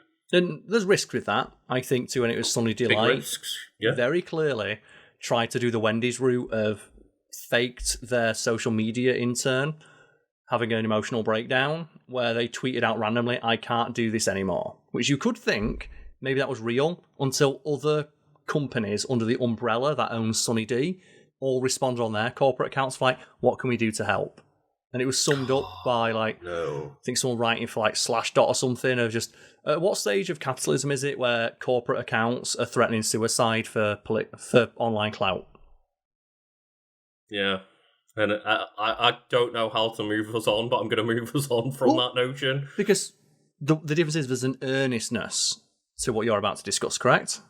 There is, yes. And I'm going to talk about some marketing for the game Super Smash Bros. Brawl, and that is the Smash Bros. Dojo. And the Smash Bros. Dojo, also known as such Smash a good name Bros. as Well, it's known as Smash Bros. Fist in Japan from the sound of it. No, over here it's not. It's the official site for Super Smash Bros. Brawl, which Masahiro Sakurai, I'm trying to just, get that name out. They use the site to post information on Brawl every weekday. Every single weekday. And it was formally updated every single day before the release of the title to introduce new characters, tools, and modes in the game. And that's one important distinction, is that some of the information was here's an item. Here's an item that's going to be in the game. And then other days, it was a video announcing that Sonic the Hedgehog was going to be in Super Smash Bros. And we've talked in the past about Super Smash Brothers, particularly the character of Captain Falcon, but we talked about Smash Brothers as a brand and a game and a series. One of the things I adore about Smash Bros. Is there's so much depth there, but also, like I mentioned, Masahiro Sakurai gives the biggest shit. And I am still, to this day, learning new stuff about Smash Bros. Like, I think what is it, the Presents, where we talk about, here's a new character, Sakurai would do like a 40-minute introduction to the character, but he'd also give like background information. It's like a properly produced video giving you like so much more information than was necessary, but it was all really interesting. Yeah, and the reason I'm talking about this today is because I just watched, like, literally finished watching it just before, like, we started recording, a 45-minute presentation from Masahiro Sakurai on Kirby Air Riders. He just loves doing those, right? He loves talking about the behind-the-scenes nitty-gritty of the games that he makes. He does, and he also doesn't hold any punches, at least not anymore, because the video opens, like, again, a 45-minute marketing presentation on why you should buy Kirby Air Riders, and it's just a dead-to-camera Masahiro Sakurai going, why is making video games so hard? And it's like, I feel for him, but he clearly wants to do this in one sense, because, like, no one's forcing him specifically to make a 45-minute presentation on that game and breaking it all down. It's, like, clearly what he likes to do, and he made an entire YouTube channel essentially doing that. Which is fantastic, and we can, like, obviously recommend, because everything he reveals is, like, amazing, and his like, work ethic and insight into the industry is unparalleled. But just, as you mentioned earlier, the earnestness. There is an earnestness to Sakurai that people really like. They really appreciate that. He's just, he don't pull his punches, he don't sugarcoat stuff, and he's very honest. And as a result, you're inclined to trust him. I bet there are so many other, like, talking heads for companies involved with gaming who are like, how do we replicate that without actually putting the work into being a nice person people want to listen to talk? Exactly. And the truth of it is that Sakurai has earned that trust over many years of starting with things like the blogs, where he also had a blog for Super Smash Bros. Like on the N64. In the 90s, there was a blog being updated by Sakurai himself, just, here's some secret tech that we're putting into Super Smash Bros., and here's movesets and stuff. And, like, he has literally been doing this for 25 plus years and gaining the players' trust over all that time. And plus, as well, the trust of people behind the scenes. Like, I think to, like, the pandemic, where during that, like, Nintendo just straight up sent equipment to his house and said, whatever you want to talk about it. Like, announce the Smash Bros. Character, make the trailer however you want, we trust you. And for a company who's protective of their IPs, as Nintendo, to basically give him carte blanche and a blank check to do whatever he wanted, just shows, like, the amount of just clout he has in the industry. I was very surprised in that presentation that he did today, or showed off today. Nintendo, bear in mind, must have signed this off. They must have had to watch that presentation and be like, yes, we will publish your video on our channel.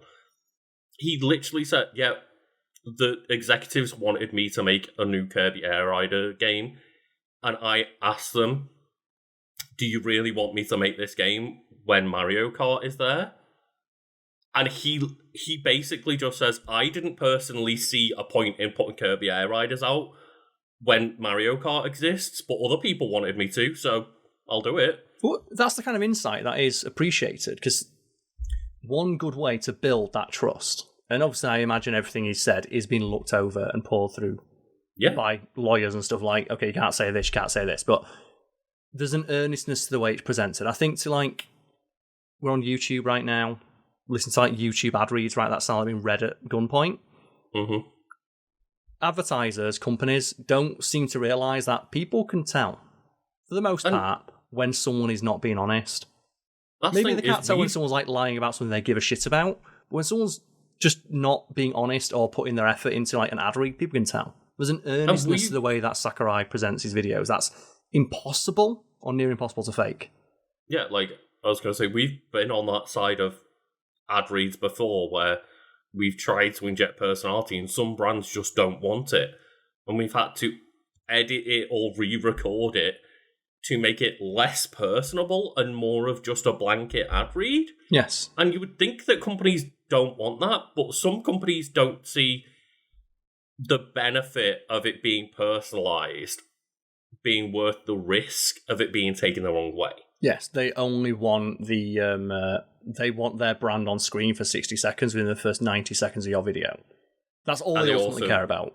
Want you to say very, very safe talking points. Yeah, nothing that can be taken out of context, nothing that can be used to draw attention or bring disrepute to the brand. Even though I think every time we've had a sponsor that's actually had, a very successful campaign with us, it's been from ads that have just been more conversational and saying like, hey, we like this, let's chat about it for a minute. We endorse this product, or at least, go buy the product. Yeah, if it sounds of interest to you. So we always say we had like the book author sponsored like last couple of weeks of videos, where we say like, hey, this is the thing as it's described by the author, and we hope if anything we've said sounds interesting, you'll go check it out. Mm-hmm.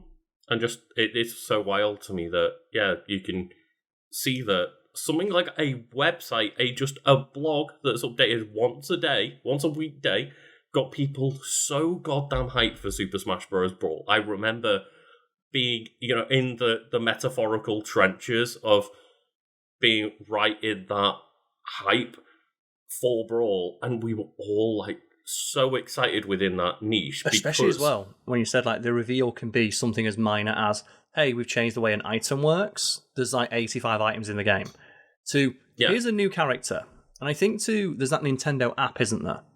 That the Nintendo Today app, yeah. Which does something similar, where it's every day it's a new thing from Nintendo. Sometimes it's just, hey, did you know Mario was released on this day? Mm-hmm. Other times it's like, here's the trailer for a new game. And never letting you know what it's going to be between days means that FOMO immediately kicks in.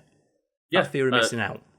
I think they announced the casting for the Legend of Zelda movie that people have been wondering for years, just as a random drop one day, and all of a sudden all the news gaming websites blew the fuck up, like, oh, we need to talk about this, and it was a massive talking point for days or weeks on a lot of forums and stuff of this casting, and it was just a random drop on a Nintendo app one day. It's a risky marketing strategy, admittedly, and you can see it to a degree on YouTube. You'll see some big creators out there do employ this. I think it's H-Bomber Guy, who has been described as H-Bomber Guy is releasing a new video as the equivalent of the Death Star firing up and shooting exactly one person. And you don't know when it's going to happen, but when H-Bomber Guy drops a video, you will see it pops off immediately.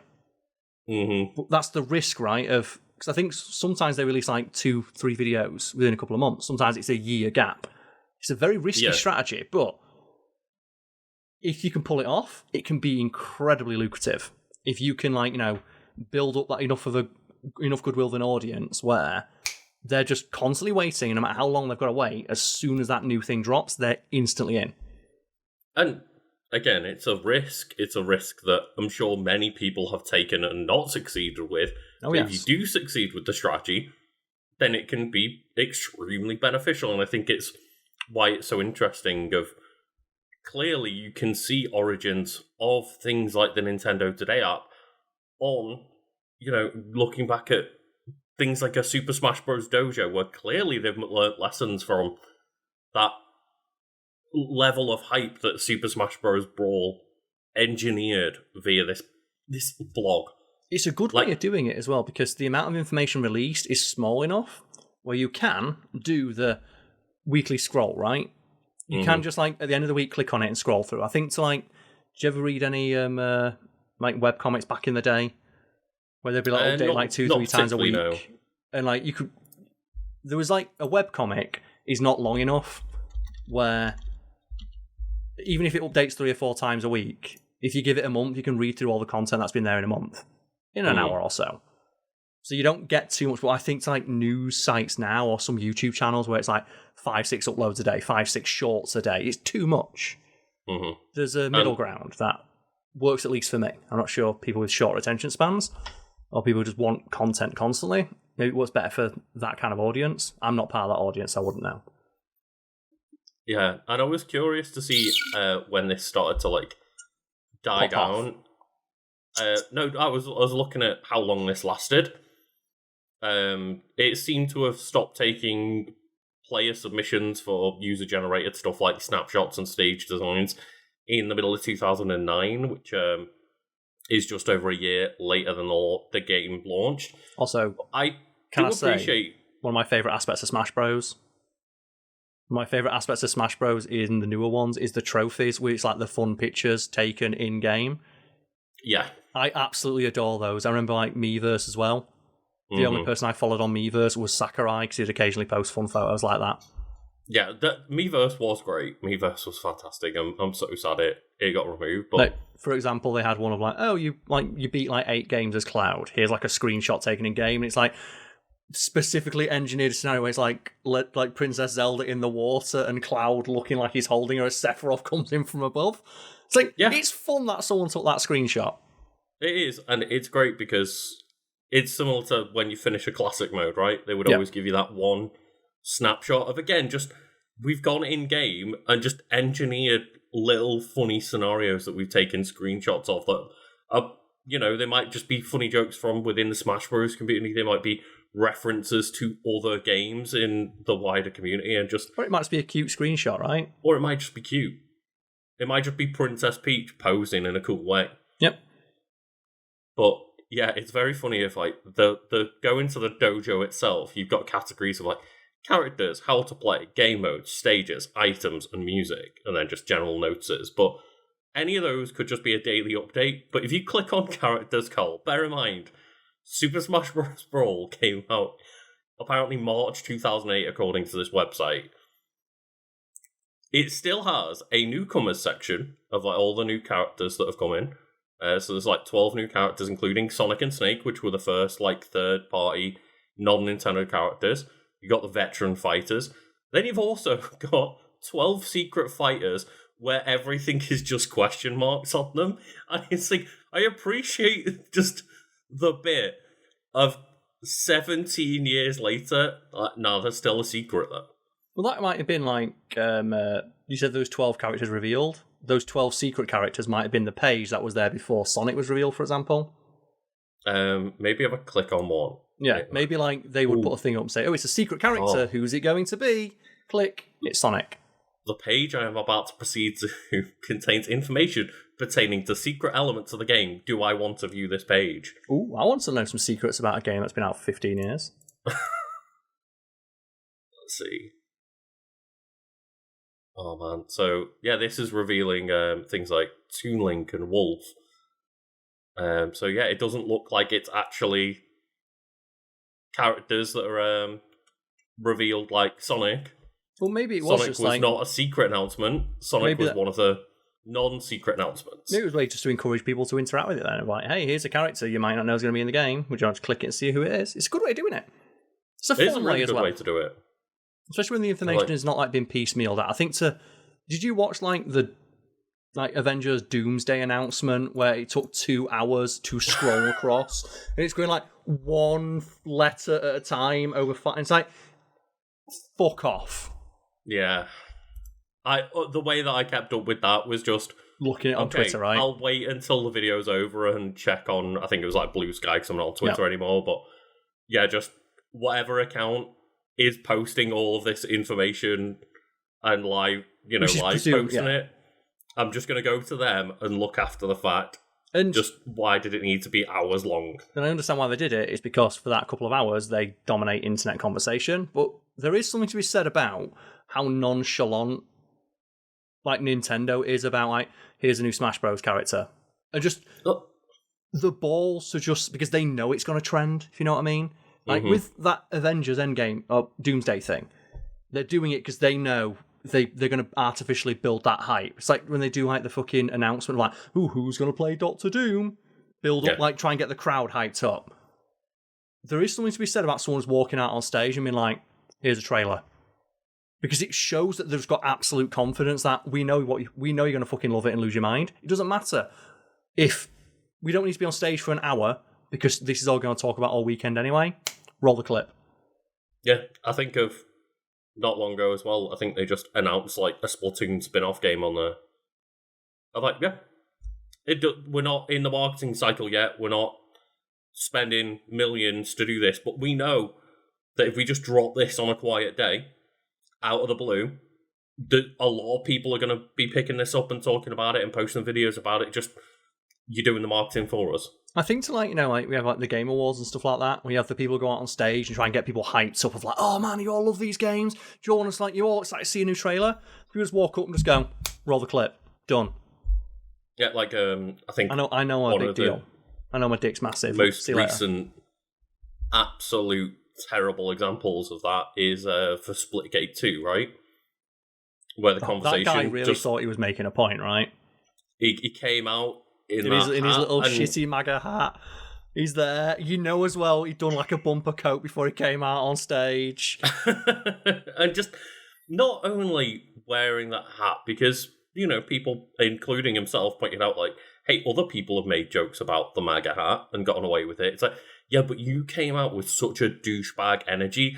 And not only that, you dunked on how bad other first-person shooter games are right now. You just gave across such a horrible negative energy that people wanted to give that shit back to you. It felt like something from the 2010s, right? Like that is image like that dude bro energy of just like, Call of Duty is not for pussies. It's like, okay, so why are you here? Yeah, just Call of Duty and Fortnite and Battle Royale suck. We're going to make FPS great again. It's like, shut the fuck up, man. It's just, there's something about being immediately hostile in your marketing that instantly puts me off. And it goes to show, right, of how many times do people sit through a near hour-long presentation of Sakurai saying, well, yeah, actually, here's the update that the mushroom is playable in Kirby Air Riders this time. It's like, great, awesome. Because he presents it with such earnestness. 'Cause you, like, him giving such a huge shit makes you want to give a shit because he cares. He's not like just reading out a prepared statement. It's something he absolutely threw himself into and wants to share with people, and that gets across. Yeah, and I think it is ultimately... Think to the Game Awards, right, when like Vin Diesel comes out like fucking high off his tits. Here's a Fast and Furious game that I don't give a fuck about.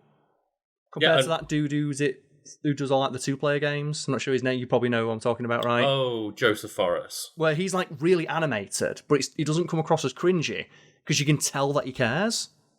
The one time it did come across as cringy was when he screamed "fuck the Oscars," but it was still clearly very hype, probably a few drinks in guy, just enjoying the celebration of gaming rather than movies and delivered trying from a place to capture that energy. And it was clearly not intended in a nasty way. It was clearly like, fuck yeah, we can be the Oscars too. Yeah, like it was delivered from a place of earnestness rather than cynicism. Yes, for sure. On the most part, as mentioned, people can pick up on that. Like, not everyone can, but enough people can where it's like, yeah, that's not... It's cringy, but it's kind of fun. I think some people think of that person as like very cringy or grating, but at the same time, there's not many people out there that say he's actually not earnest about it. He's clearly excited about what he's creating. You can't knock his enthusiasm. Not to mention as well, it's kind of a bonus that the company he's part of makes good games. Well, that helps. Yeah, I mean, obviously published and stuff by EA and in their Originals program, which again is clearly EA just trying to have something in their catalogue to get a bit of good press around, and so like, hey, we helped some indies make some games. Just forget about all the horrible FIFA Ultimate Team stuff we do, right? Yeah, as I said, there's an earnestness to it. There definitely is, and like that's why I just wanted to talk about this today. Is like it's a good example of just there's not many gaming blogs that would pop off daily just by sharing random tidbits of information, but because you can tell that this is something that Sakurai puts his heart and soul into so much and cares so much about, and there's even when it is here's an item, there is like a full description for the item and why it's cool and why it's in the game. It's not just Yeah, the shit's here too. There's also as well like a lot of in-depth mechanics that are interesting from a gameplay perspective that you don't have to find in other games. Like, I think it's like the beam sword, for example. Any other game, beam sword, a lightsaber. Any other game, that's just a weapon you pick up and swing around. In Smash Bros, it has an entire hidden mechanic where the length and power of the beam sword directly correlates to the potential power the character has. And so one of the most powerful users of that beam sword is Luigi, because while he doesn't have much outward potential, he does have a lot of inner potential. He's like the Gohan of the Mario universe. And that's just a fun mechanic that the game never outright explains, but I'm aware of because I've heard Sakurai talk about it. And it probably first came up in something like a Smash Bros. Dojo, where he would just put random information and mechanics out there that I think one of the reasons that people like figured out the way that like the directional influence stuff works is like probably from a post like this as well, and just or at least if it wasn't first discovered there, it was explained by him on the dojo, and like there's real in-depth mechanics that you can't find explained even in like the game manual that can be found on that website, that it becomes that goldmine for not just casual people who want to know about Sonic, also the mega fans that need to know about like the competitive elements too. Well, I think it's like one of the directs he did on the characters. I don't know which character, but one of the things he always was keen to show off is, hey, here's what Kirby looks like when Kirby puts on their hat. Because people want to see Cube Kirby when he eats Minecraft Steve, right? People always popped off, like, what does Kirby steal? And what does Kirby look like wearing this character's hat? That's a gimmick Kirby has, like, he can absorb the powers of someone else. And I always knew that when Kirby steals a power, it's more powerful. But I remember once he explained that in a video, and half the comments like, I didn't know that happened when Kirby stole your power. So yeah, like, for some reason, Kirby can Falcon Punch harder than Captain Falcon can Falcon Punch. But I remember he dropped that powerful. You just dropped that in a video once, and half the comments in the video like, I didn't know that was a mechanic. And it's like, yeah, it's Smash Bros. There's always a hidden mechanic that you're not aware of. Yeah, I do think it's a fascinating example, right? Of just here's how to take what might seem like boring information and a bad marketing strategy and making it work for the people that it matters to. Well, I can't imagine it working for much else. Like maybe Avengers, like that new Avengers movie, they could probably piecemeal out information every day until that movie's released, because there's probably enough there. I think that's the thing. There needs to be enough there. Like Grand Theft Auto, I reckon Rockstar, they're going for the H-Bomber Guy method. They release one trailer, absolute radio silence for a year, second trailer. Yeah. Realistically, they could have done the same thing that they did for this, and they could have just released like one new piece of information every single day, because there's enough in that game where they could theoretically do that. Like they could probably like explain one new mechanic, or here's a car, here's a weapon, here's like a glimpse of the mission. Yeah. Here's like just a picture of a new character and a brief explanation of their background or something. I'm not saying they have to do that, but that game is big enough where they could pull it off. But I don't think, for example, the new Call of Duty could do that. I'm sure they probably could. It just might not be necessarily as interesting, new or interesting, because a lot of it probably pulls after the last year's Call of Duty or the previous one in that specific franchise. And it's like, yeah, I guess there are some games where just, annual releases, they probably don't have as much new stuff. Well, they definitely don't have as much new stuff as, say, a GTA 5 to 6. But in that vein, where that's going to have been 13 years difference. Is there a trailer or a bit of information you remember popping off for? Because what I recall it was ages ago now, there was an E3 where they were showing off, like, some guy was playing, like, Modern Warfare 2 on stage. I think it was the favela level. And he was just running through that level. And the crowd... There's one where his controller died. It's not where his controller died, it's where he walked over, and the thing at the bottom of the screen said, pick up dual Desert Eagles. And the entire crowd lost their shit because they didn't realise dual-wielding weapons was going to be in. And the entire crowd's like, whoa, whoa, whoa, go back, go back, go back. And the guy on stage runs back and picks up the dual Desert Eagles, and everyone loses their shit.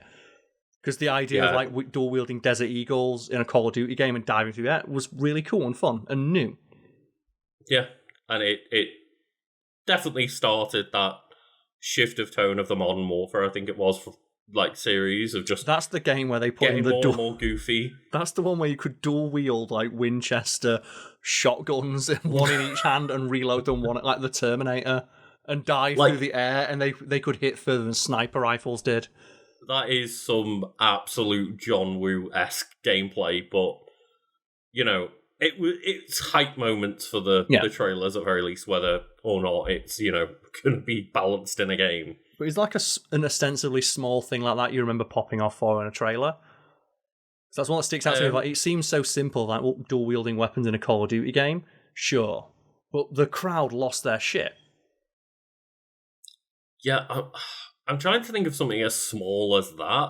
I think obviously, again, going to Smash Bros, the character announcements for each of the Smash Bros for like Wii U and like even the Brawl trailers, like the new character announcements for years and years have just been these hype CGI trailers of like, well, Mega Man's going to be in the game, and I didn't even care about Mega Man. I was a non-Mega Man fan. I popped off for that trailer because it was a great trailer. I will say, though, among those trailers, there's usually a smaller bit that people do pop off for, like the Kirby moment, right? Like when Minecraft Steve got announced, like people popped off specifically for Cubic Kirby.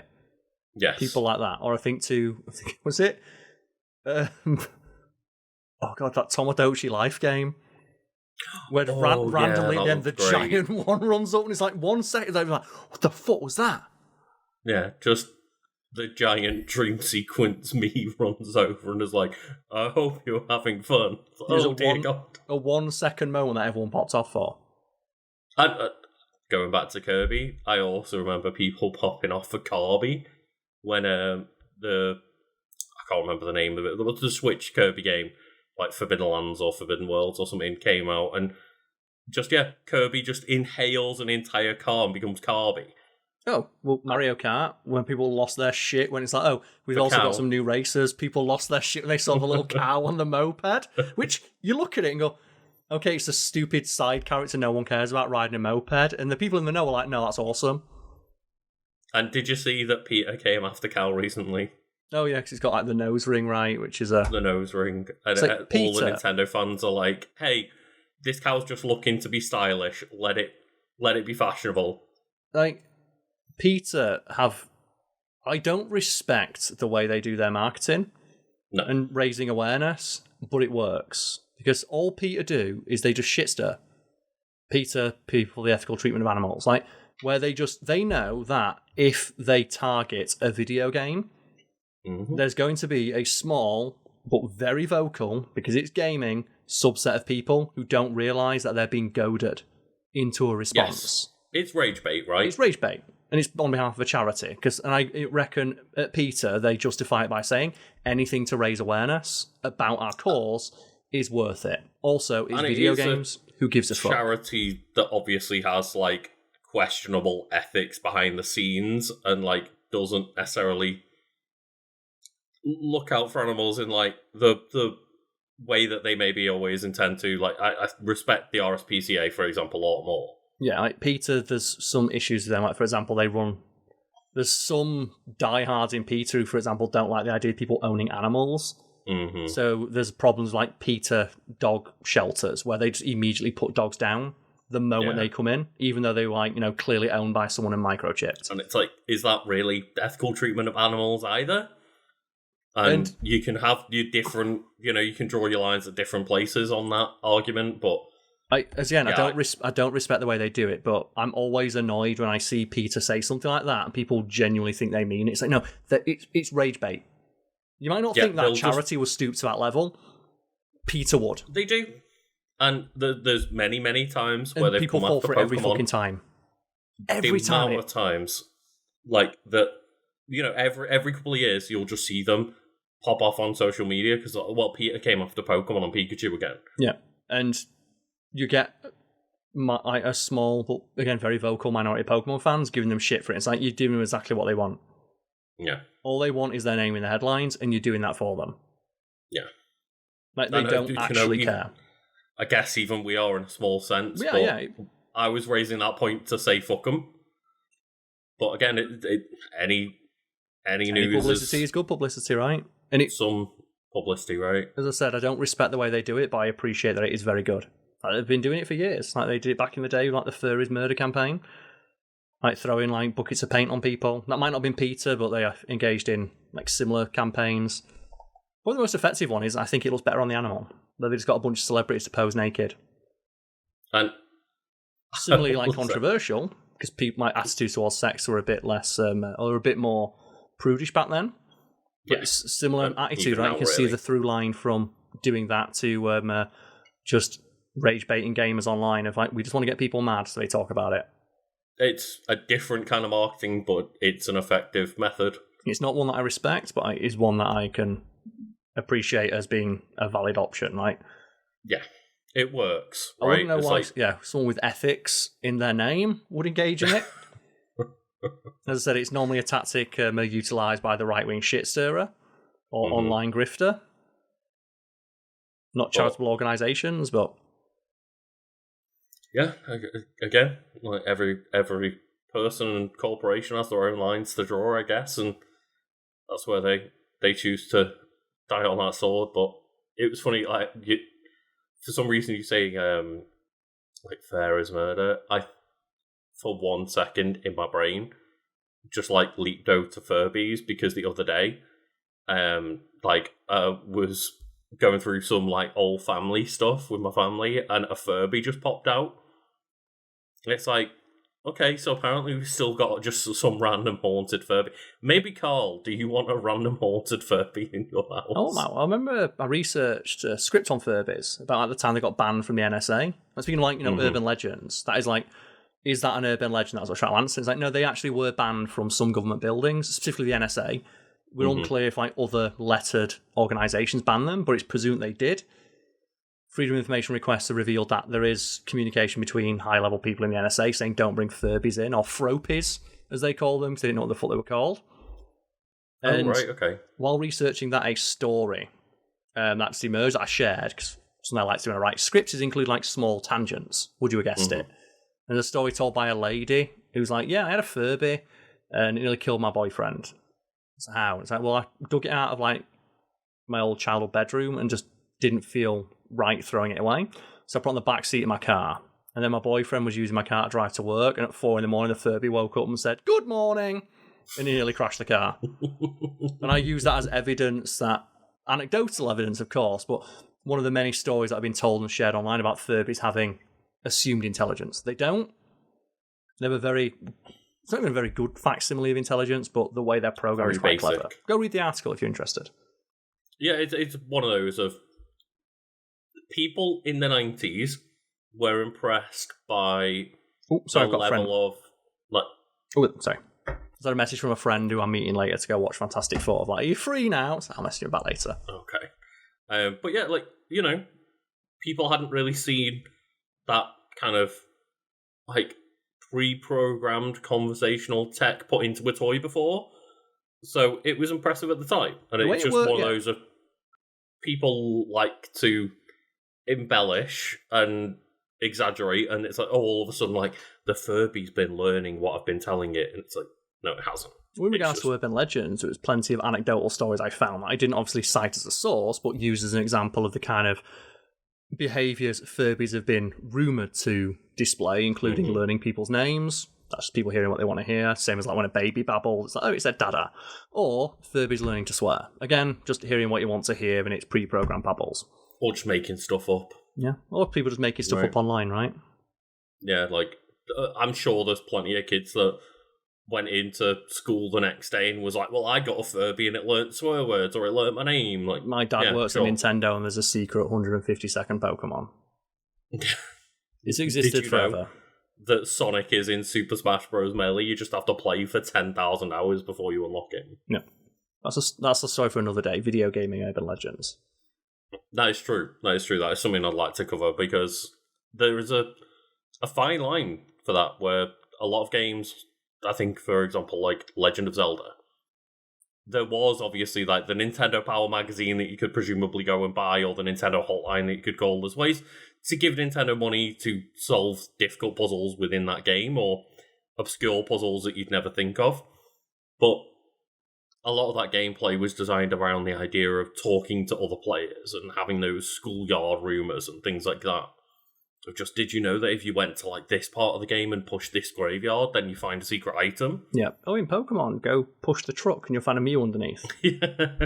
And some of them are true and some of them are not. That'd be a great topic for another day. It would be, but yeah. I think if you're getting pestered to be free by your friend, it's a good place to leave it there today. We have indeed. But yes, thank you all for listening. We hope you might know. Check out the Discord, continue the conversation there. Let us know your favourite obscure Smash Bros. Fact, or maybe your favourite obscure urban legend. Hell yeah. Thank you all for listening. I hope you all have a lovely day. Cheers.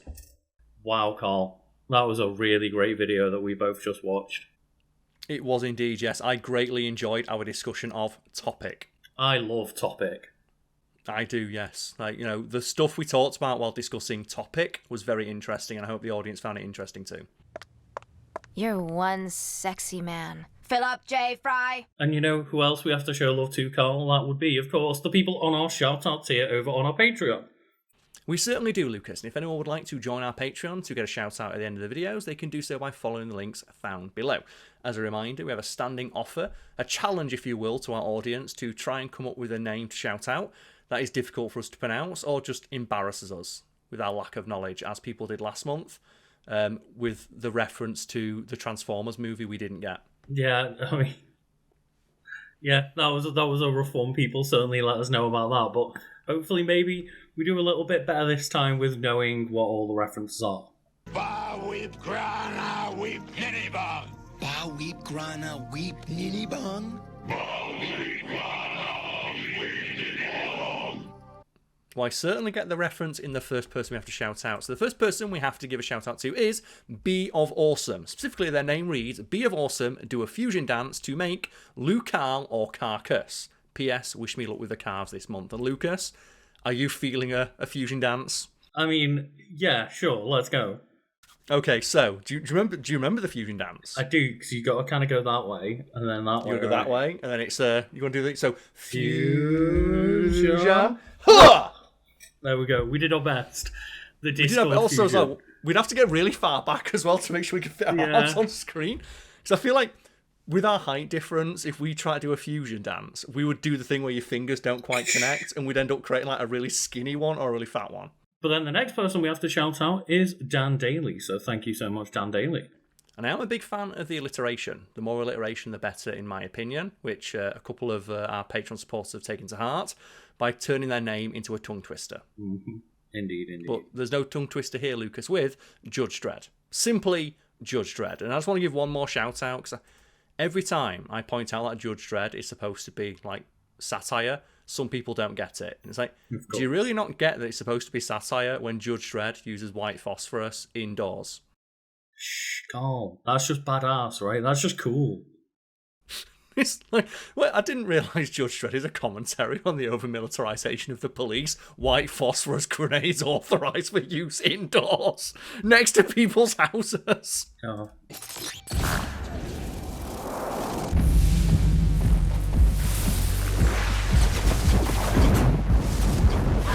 That would lead to, Karl, people kicking the bucket.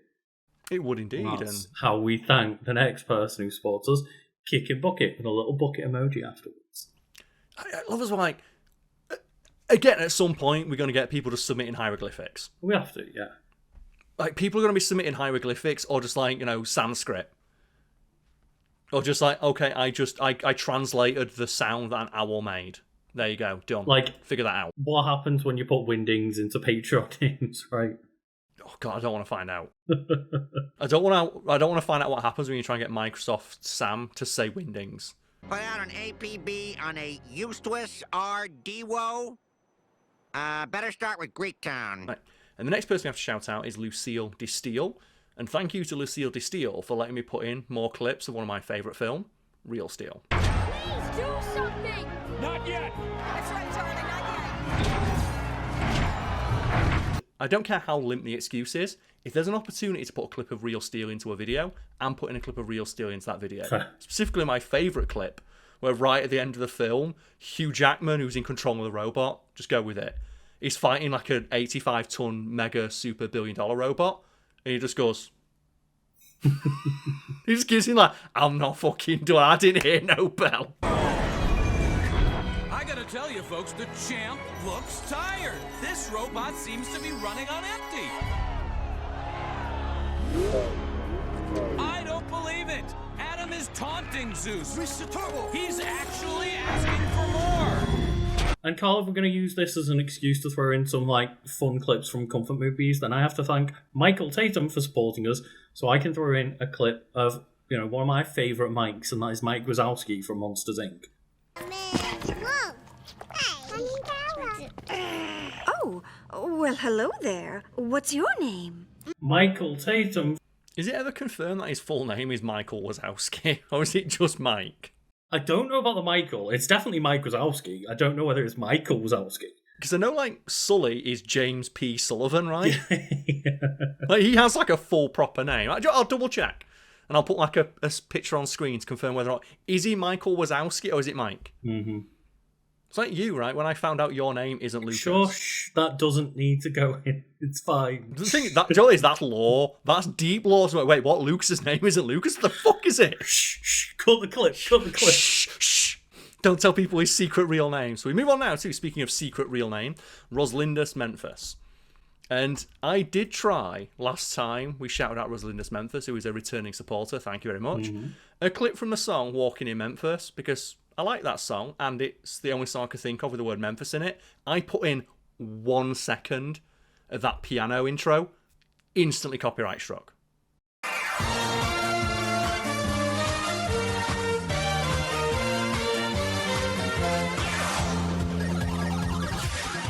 Keep in mind as well that this shout out goes at the end of the video. Yeah.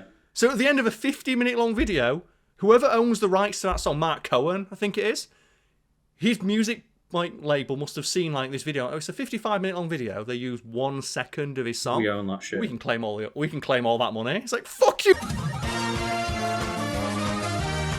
I'm going to make things a little bit more difficult for you then, Karl, because I'm going to say, thank you to the next person who is on our chart tier, of course, Split Screen.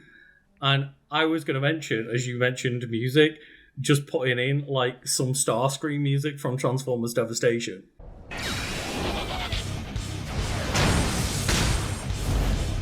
Prepare to be lost in space, Autobot! Oh, you can get away with that. Video game music you always get away with. Oh, okay. So I'll definitely put the clip in of Starscream's theme song from Transformers Devastation. That game whips ass. And you know what? Whoever wrote that song won't send us a copyright strike because they want it to be shared. They know how rad it is. You know what, Karl? You put that clip of Starscream's theme in. It's awesome. More people need to hear it. Hopefully a Transformers clip will make up for our, devastating Transformers miss last month.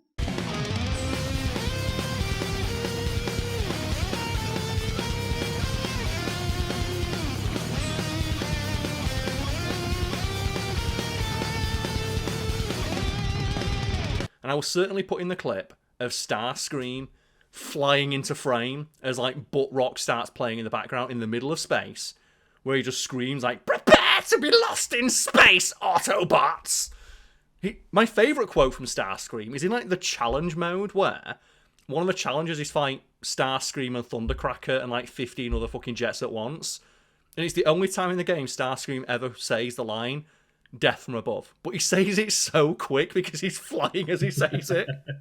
He's like, "Death from above!" and just flies in. Destruction from above! And as mentioned earlier, there's a gauntlet being thrown down for our audience on Patreon to challenge us with tongue twisters. Someone's taken that gauntlet, dipped it in shit and slapped me across the face with it. So their name is the Boledos Bajando Baja Blast Buffing Bacas de Caca de Buffalo Bombonado Bolodeses Bucanada Ebaca Bailando Con Barbosa. And I will say, I'm a fan of tongue twisters. I'm not a fan of tongue twisters in languages I don't speak. I like my favourite poem. Fuzzy Wuzzy was a bear, Fuzzy Wuzzy had no hair, so Fuzzy Wuzzy wasn't Fuzzy Wuzzy. And in that cut... So I'm good at tongue twisters, just not ones in languages I don't speak. I was giggling because Karl has clearly cut him fumbling a tongue twister out. That's getting cut as well, fuck it. And then I guess one name to challenge me to shout out is Tiniqui or Chata Ogdiclane Tomi. And You always correct me on this one. Is it Nahuatl, the language? Yes? Nahuatl, I believe, yes. Like getting there. Mexicano, I believe. I'm getting there Again, we with don't that speak one. the language, so we appreciate people trying to challenge us on our pronunciation, but for a tongue twister, give me a tongue twister in English. And speaking of little, the final person we have to shout out is ghost emoji, little ghost emoji, ghost emoji. And Lucas, who's your favourite little ghost? Is it Casper? It's got to be Casper. I mean, the moment you said little ghost, the first thing that came to my brain was Casper. So, if not my favourite, it's at least word association, right? Yeah, like Casper, like the friendly little ghost. Should we do a video about Casper at some point? I'd like to rewatch that movie to see if it's held up. Casper, the friendly ghost, the friendliest ghost you know. To be fair, I would actually low-key kind of love a reboot of Casper the asshole ghost with a gun. Oh, dear. But yeah, I guess thank you all once again for a new month of more support from all you lovely folks. And yeah, it's just always appreciated. Thank you so much.